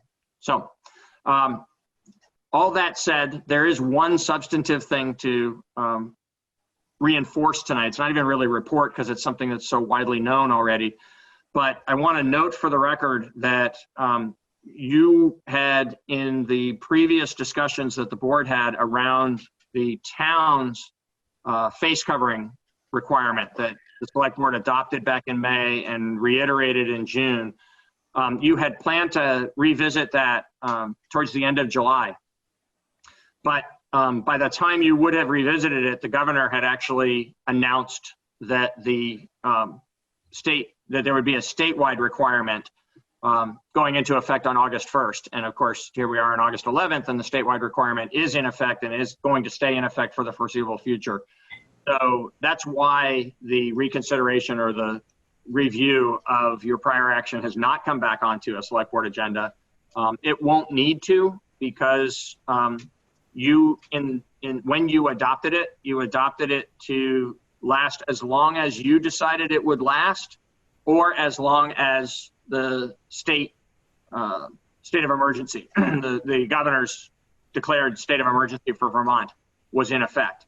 And now that there's a statewide one, unless there comes a time in the further evolution of COVID where the state takes away the mask requirement, the face coverings requirement, but leaves in place the state of emergency, then the state action will govern the end point of the face coverings requirement. So in any event, all of that would be, we expect, months away at this point. And we expect that town operations are going to continue on a very steady state. The one part of town government that has been a little different than that and continues to be, and will in fact be the focus of Friday's update, is the recreation programming and the library programming. That cultural enrichment that comes from those two departments has had a little more variability to it, because their programs change throughout the year, and as they have adapted to COVID and found ways to, do some in-person services as well as the remote services that are being provided, that changes from time to time. And as it does continue to change from time to time, we'll provide updates about that. Otherwise, it's our expectation that probably at least through the end of this year, town operations will continue to function pretty much as we have since the 1st of May, which is when we came off of the full lockdown situation and went into the mode of operation that we're in today. Okay, great. Thanks for that update, Peter. Technically, I'm going to recognize Brandy's digital hand over yours, Liz, and then we'll go to Sorry. Digital hand. digital. I wanted to really commend, we're just talking about not that I can't commend all town staff, but my most experience has been with Parks and Recs, because I have been schlepping the kids to the pool ever since it's been open. And it has been so nice to be there. It's always being cleaned. It's well staffed. Everything is run like a well-oiled machine. The pool is closing on Sunday. I'm so sad. Sunday the 16th. My kids are out of town. They're not even going to know, and it'll be closed by the time they're back. So I don't know what I'm going to do, but they are closing for the season, but they have really rocked it. And also notice that they've been running the day camp program consistently, I believe, through the summer.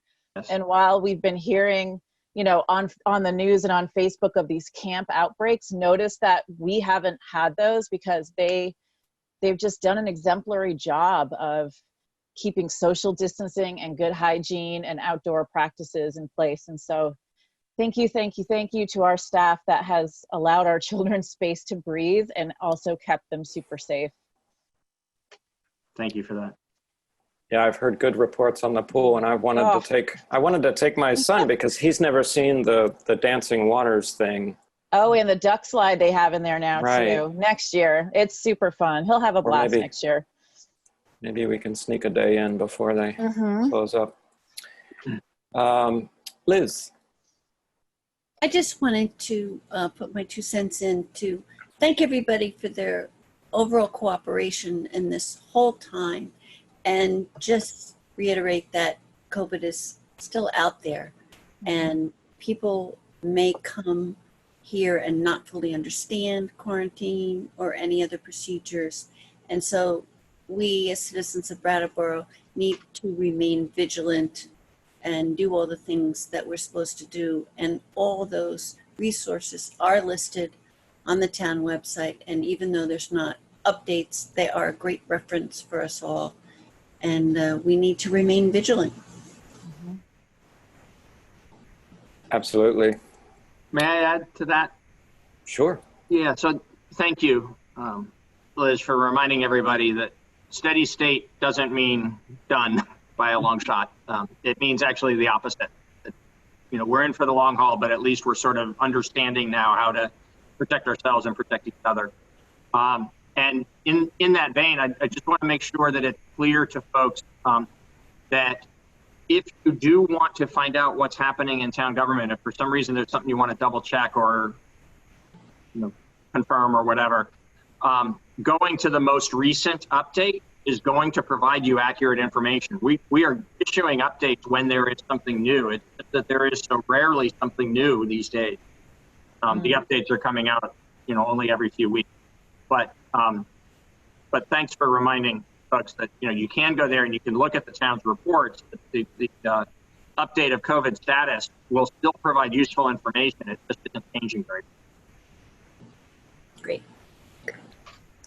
Yeah, we're getting a little bit of that breaky uppy just on the last couple words there. So I think we got what you said there, Peter. Thank you. So not seeing any more raised hands. I think we could move on to new business if that's all right with fellow board members. First up, we have a monthly financial report, and I'll ask Andre Yeager to, there you are. Welcome, Andre. Hi. Hi, good to see you all. Thanks. Do you want to fill us in on the report? Yes, so the financial report that you're looking at is the year-end results. Although the books aren't closed, so some of the numbers will change. We're still paying invoices and we're still waiting for certain additional revenues.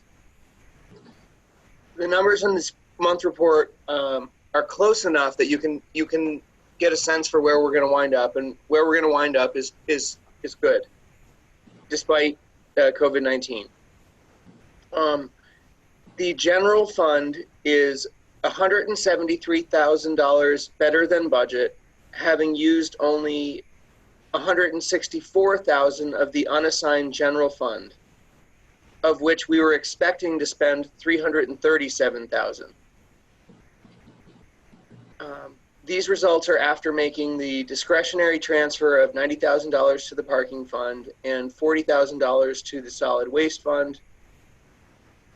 Net of those transfers, our preliminary year-end results for FY20 general fund operations are $303,000 better than we had budgeted. The results are even better in the utilities fund. We had a one-time pickup of $765,000 in loan forgiveness, which was offset by lower collections because we weren't shutting people off. This net pickup is $709,000, and which, with all these unexpected outcomes, we were still within $4,000 of the budgeted amount, which was $6.2 million. The parking fund ran a deficit this year, even after the $90,000 transfer from the general fund. This was due to the suspension of parking fees and fines during the early months of COVID. And this fund received no operating revenue during the last quarter of the year. Soon, we should be collecting receipts for rooms, meals, and sales tax from the state. And these, it's hard to, because of COVID, it's hard to predict what this last quarterly payment will be, but I'm guessing it's going to be between $200,000 and $250,000 that are not already reflected in the financial results. The largest expense that's not yet recognized relates to vacation and benefits, which take a little while to work out. And that's all I have to report. Great. Thank you, Andre. The sales and use and meals and rooms is a fascinating situation. I'm sort of glad we were very conservative with estimating what we were going to get, because there was just no way to know. Anybody have questions? I have one, maybe. How are our grant holders doing? You know, the loans in general. Are they? I didn't mean to say grants. I meant loans. The town loans. All of our folks paying on time, and anybody needing to. Well, we have not required payment on the loans because of COVID. Yeah, that's right. Like, I believe 2 have continued making payments. And so, and 1 is in default, I believe, but they're not, but that happened before COVID too. Right. I totally spaced on that. Sorry about that. I guess I converted my question into have people continued to pay? That's great. That was a dumb question from the chair. Anyone else with a smarter question? Ian. Did my hand go up too fast?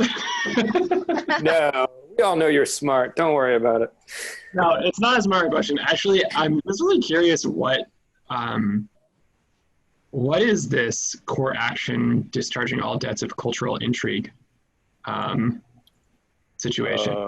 Hi. So, not something we want to get into. well, actually, and there's nothing secret about it, but it's complicated, and the board took some actions this past year around it. And I was on.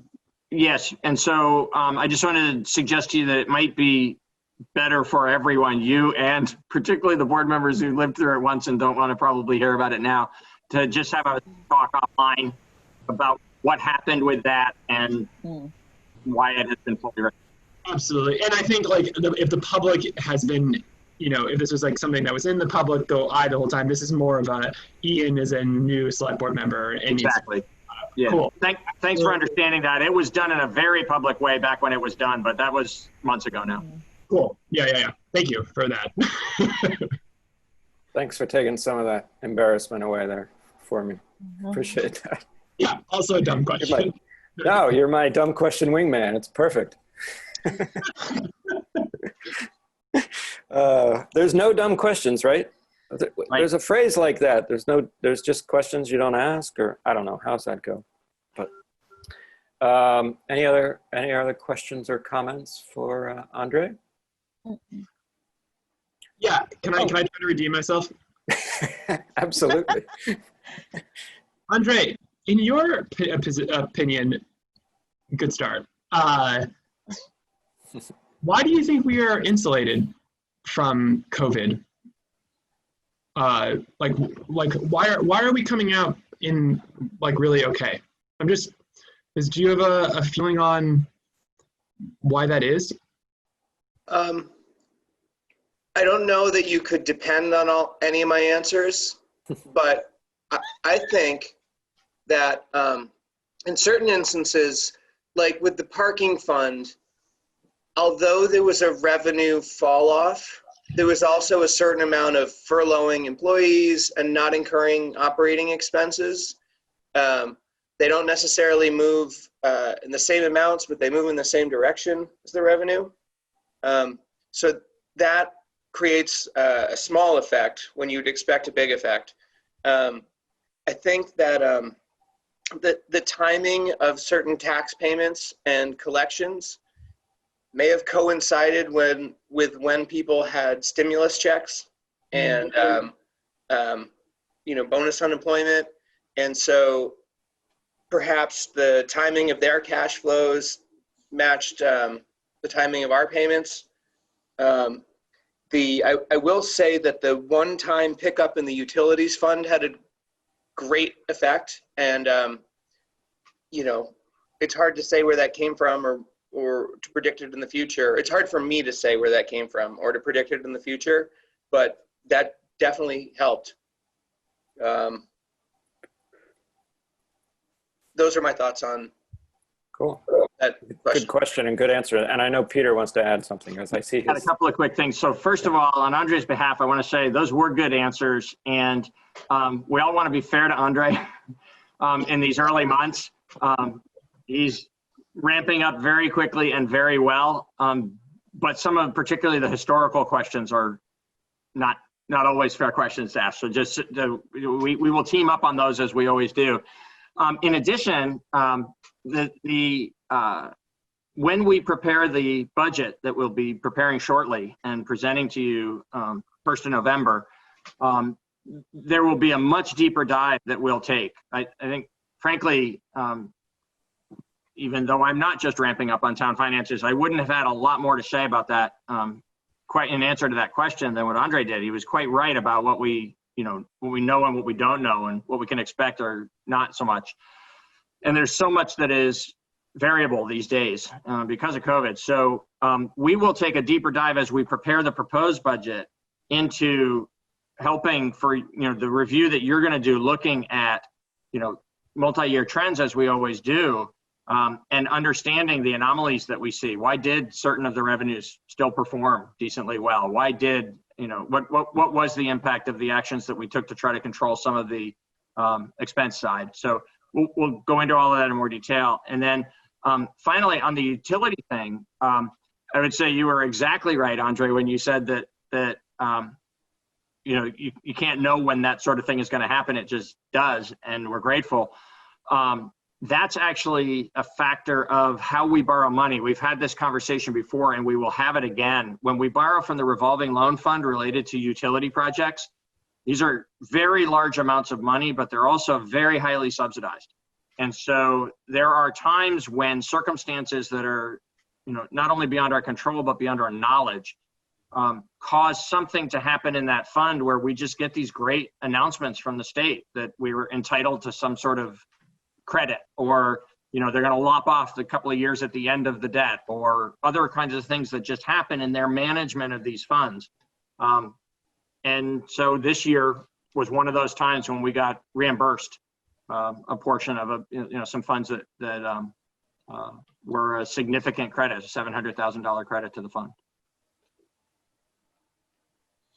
Thank you. That's why, incidentally, I guess I should say the bottom line is that's why it's important for us in planning for the utility improvements to use the revolving loan fund as opposed to more typical municipal debt, because it, by design, has these sort of safeguards built into it that sometimes provide a dividend to the participating municipalities. Tim, if I may, I just wanted to, Andre, thank you for answering putting you on the spot question. I really appreciate it. And Peter, I'm really looking forward to that more in-depth look, because I think the fact that we have the budget has performed well is worth reflection. This is a really once in 100-year pandemic, and the fact that some of the things that we've put in place worked well. I think it's worth reflecting on and seeing really what worked and what didn't. So I look forward to that. Yeah, and I'm tempted to say that it's also because we have talented staff and a robust system that we've been developing over the many years. And I also feel like I need to shout out and say that it's to any casual viewer, you might be thinking, oh, well, we're kind of patting ourselves on the back for doing well with town's money. That's because it's your money, because it's tax money. And we take it very seriously that we want to spend it wisely and spend it in a way that respects the hard-earned cash that you give to the town. And also, I feel like I need to say that just because the town is doing okay financially doesn't mean that all of us in the town are doing okay financially. We really need to keep an eye on that too and help people whenever we can. Often that's neighbor helping neighbor, but we're always looking for ways that we can alleviate some of the burden on our, taxpayers and renters and everybody in town who's having trouble right now. I don't know why I went off on that tangent, but it just felt like we got to always remember that, because it was too feel-goody for me, maybe. Anyway, sorry to kill your buzz there, Ian. I know you're really feeling good tonight. Daniel. Yeah, I just want to add on to that. We saw that this particular budget cycle sort of worked out okay.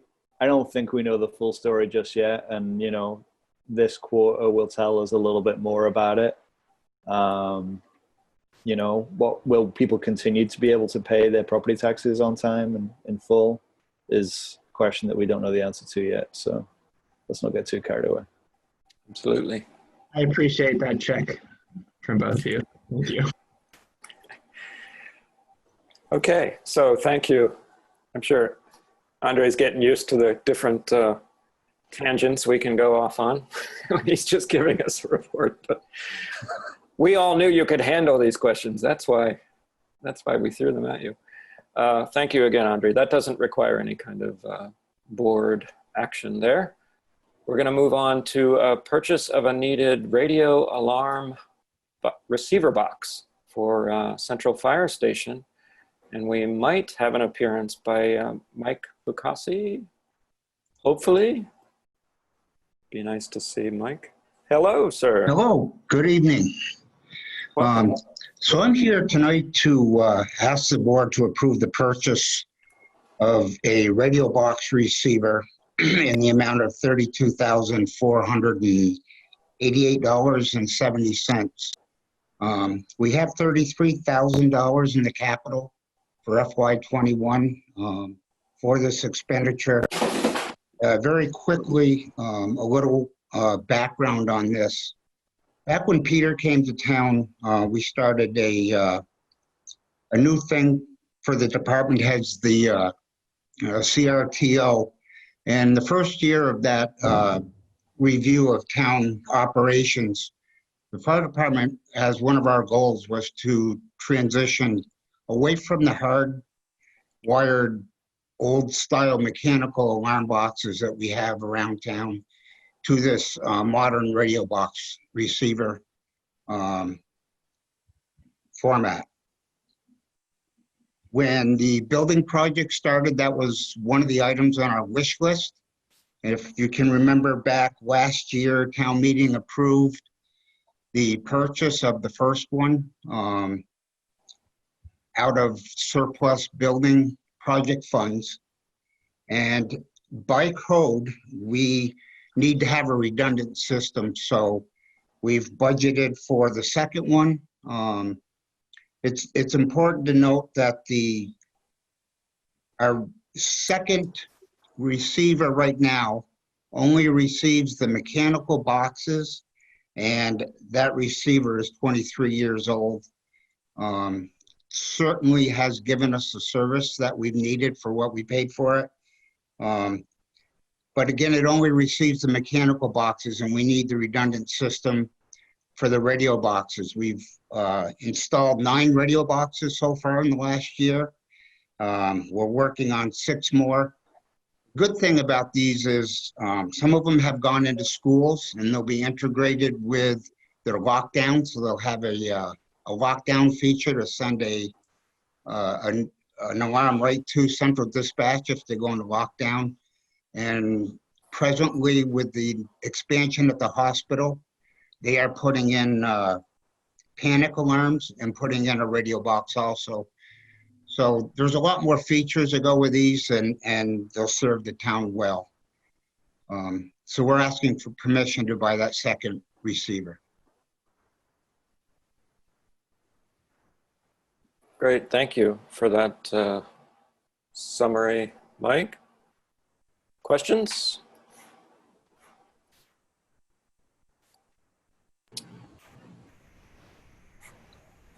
I have one that could be interpreted kind of as a dumb one, depending on your mood.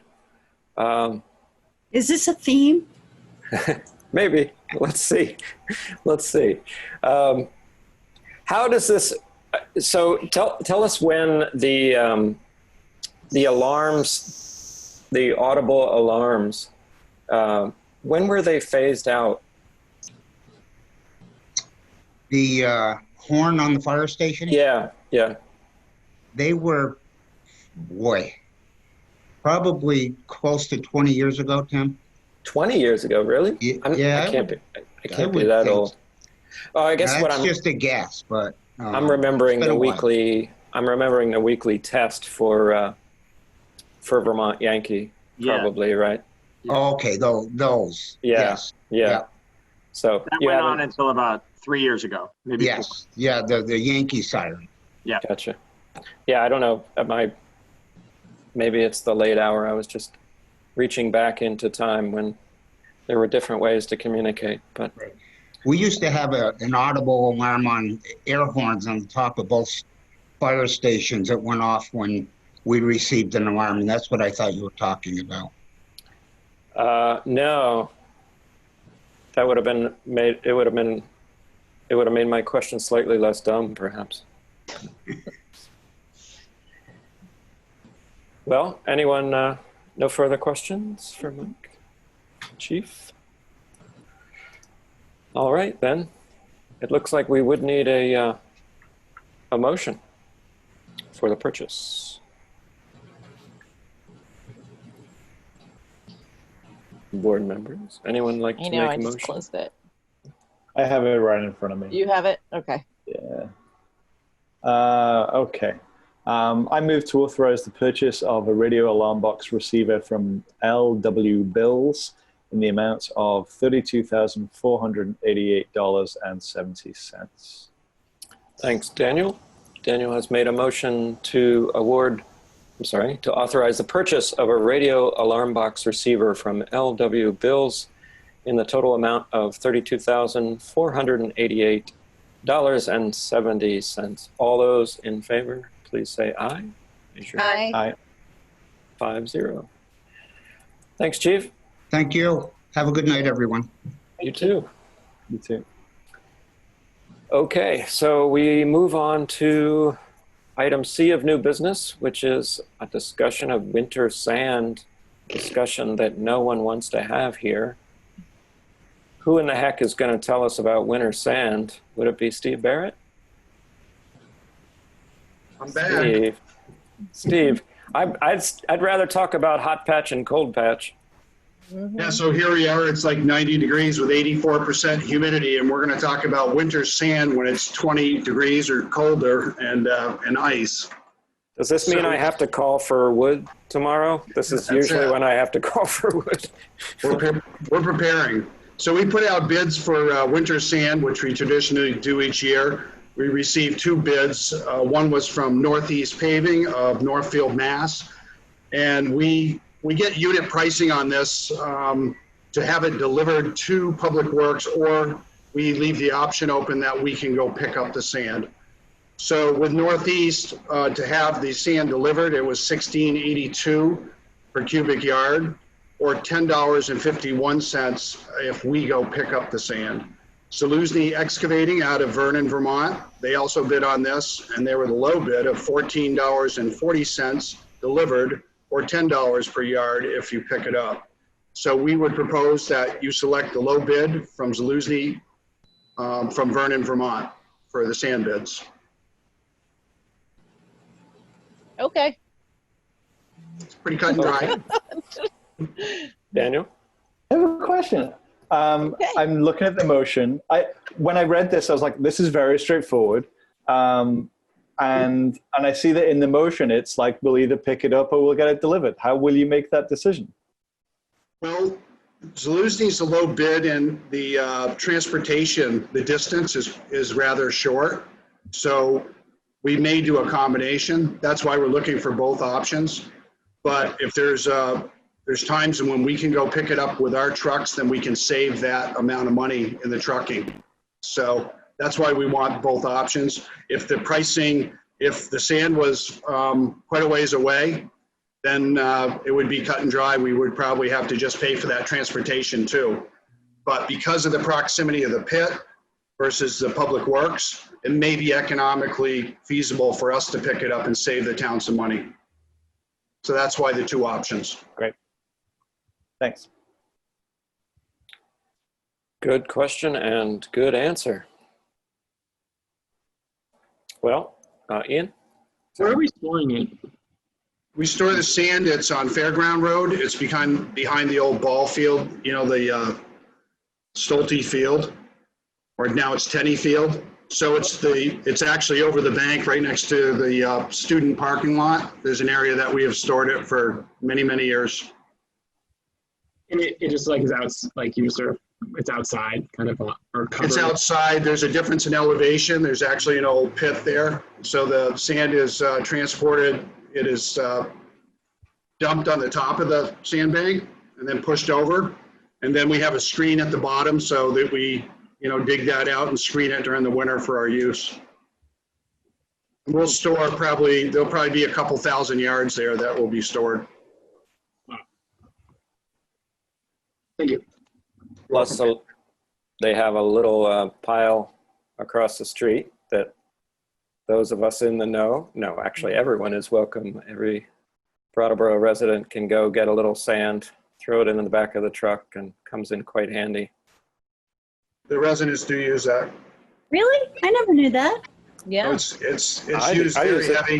There's a sign there. It's Brattleboro residents only. You know, basically, we're looking for people to come get a bucket of sand, not a truckload. It's for your driveway if you need some sand. I think I said throw the bucket into the truck, not Nice. fill the good. truck. That's good. I'm glad. I just wanted to clear that out. I filled up 5 sandbags. Was that an acceptable amount of sand? You were one too many. Okay, I'll bring it back later. You'll see a slightly larger amount of sand there. You have a credit. Pick up 3. Only take 3 this winter. Great. Anyone who's seen my driveway know that I'm interested in this. Yeah, steep driveway, flat roof, right? Right. Okay, so thanks for that. I still don't want to think about winter, but does anybody want to make a motion? Oh, Oh, but Liz. Liz. Okay. I move to award a bid for the winter sand to Zaluzny Excavating in the amount of $14.40 per cubic yard delivered or $10 per cubic yard picked up.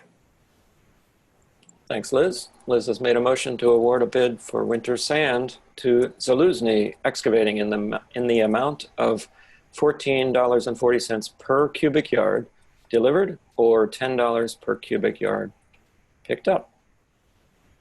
All those in favor, say aye. Aye. Aye. Thank you. That passes 5-0. Thank you, Steve, again, for coming back. Yeah. And we are now at the last piece of new business. That is town committees and boards. And I tried to alert people via social media a little bit. We have an interesting situation that we might be about to do. We have a couple of appointments, which I'm stalling because I have to get to the right page. Oh, we have one potential appointment to the Development Review Board and one potential appointment to the Energy Committee. These are applications that were received via the town website. It's a little clunky, but it's a straightforward process. I always feel like we could tweak that a little bit to make it a little less awkward, the application itself. Does anyone want to read a slate of candidates or make any comments? Brandy? I can read the slate of candidates, which is the 2 candidates, correct? Make sure I'm reading the right piece of paper. So Correct. I would make potential nominations for Margaret Shugart, I'm hoping, Shugart, to the Development Review Board for a term ending June 2023, and Django Grace to the Energy Committee for a term ending June 2022. Sorry, I should have enlarged my paper before I read it. Oh, does it have the terms? Yes, Yeah, Oh, that's funny. but I couldn't see them. in the administrative report.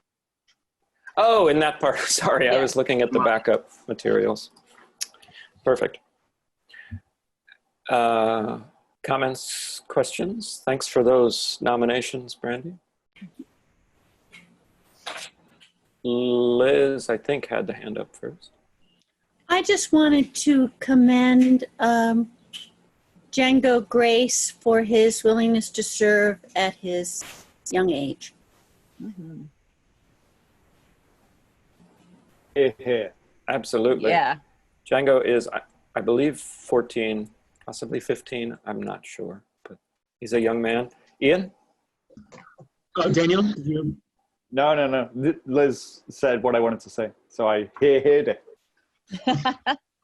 Yeah, I mean, I also wanted to commend it, but I have 2 things. One, yeah, Django, thank you very much for your willingness to serve. I chose to run for the select board because I think it's really important to have young voices in municipal government. I really do. And you're a lot younger than I am. So that's really exciting, and I really wish you the best of luck. Second point, I would like to ask the board to separate these two nominations because I'm going to need to recuse myself from the nomination of Margaret. And I'm happy to explain it to the board. Margaret is an attorney in my office at Castello, Valenti, and Gentry. I think that she is an incredible attorney and she will do an incredible job on the Developmental Review Board. But I believe that because of that, I have a conflict of interest and I need to recuse myself. Okay. Absolutely. And Brandy, I'm sorry, I was trying to get that in before you read them.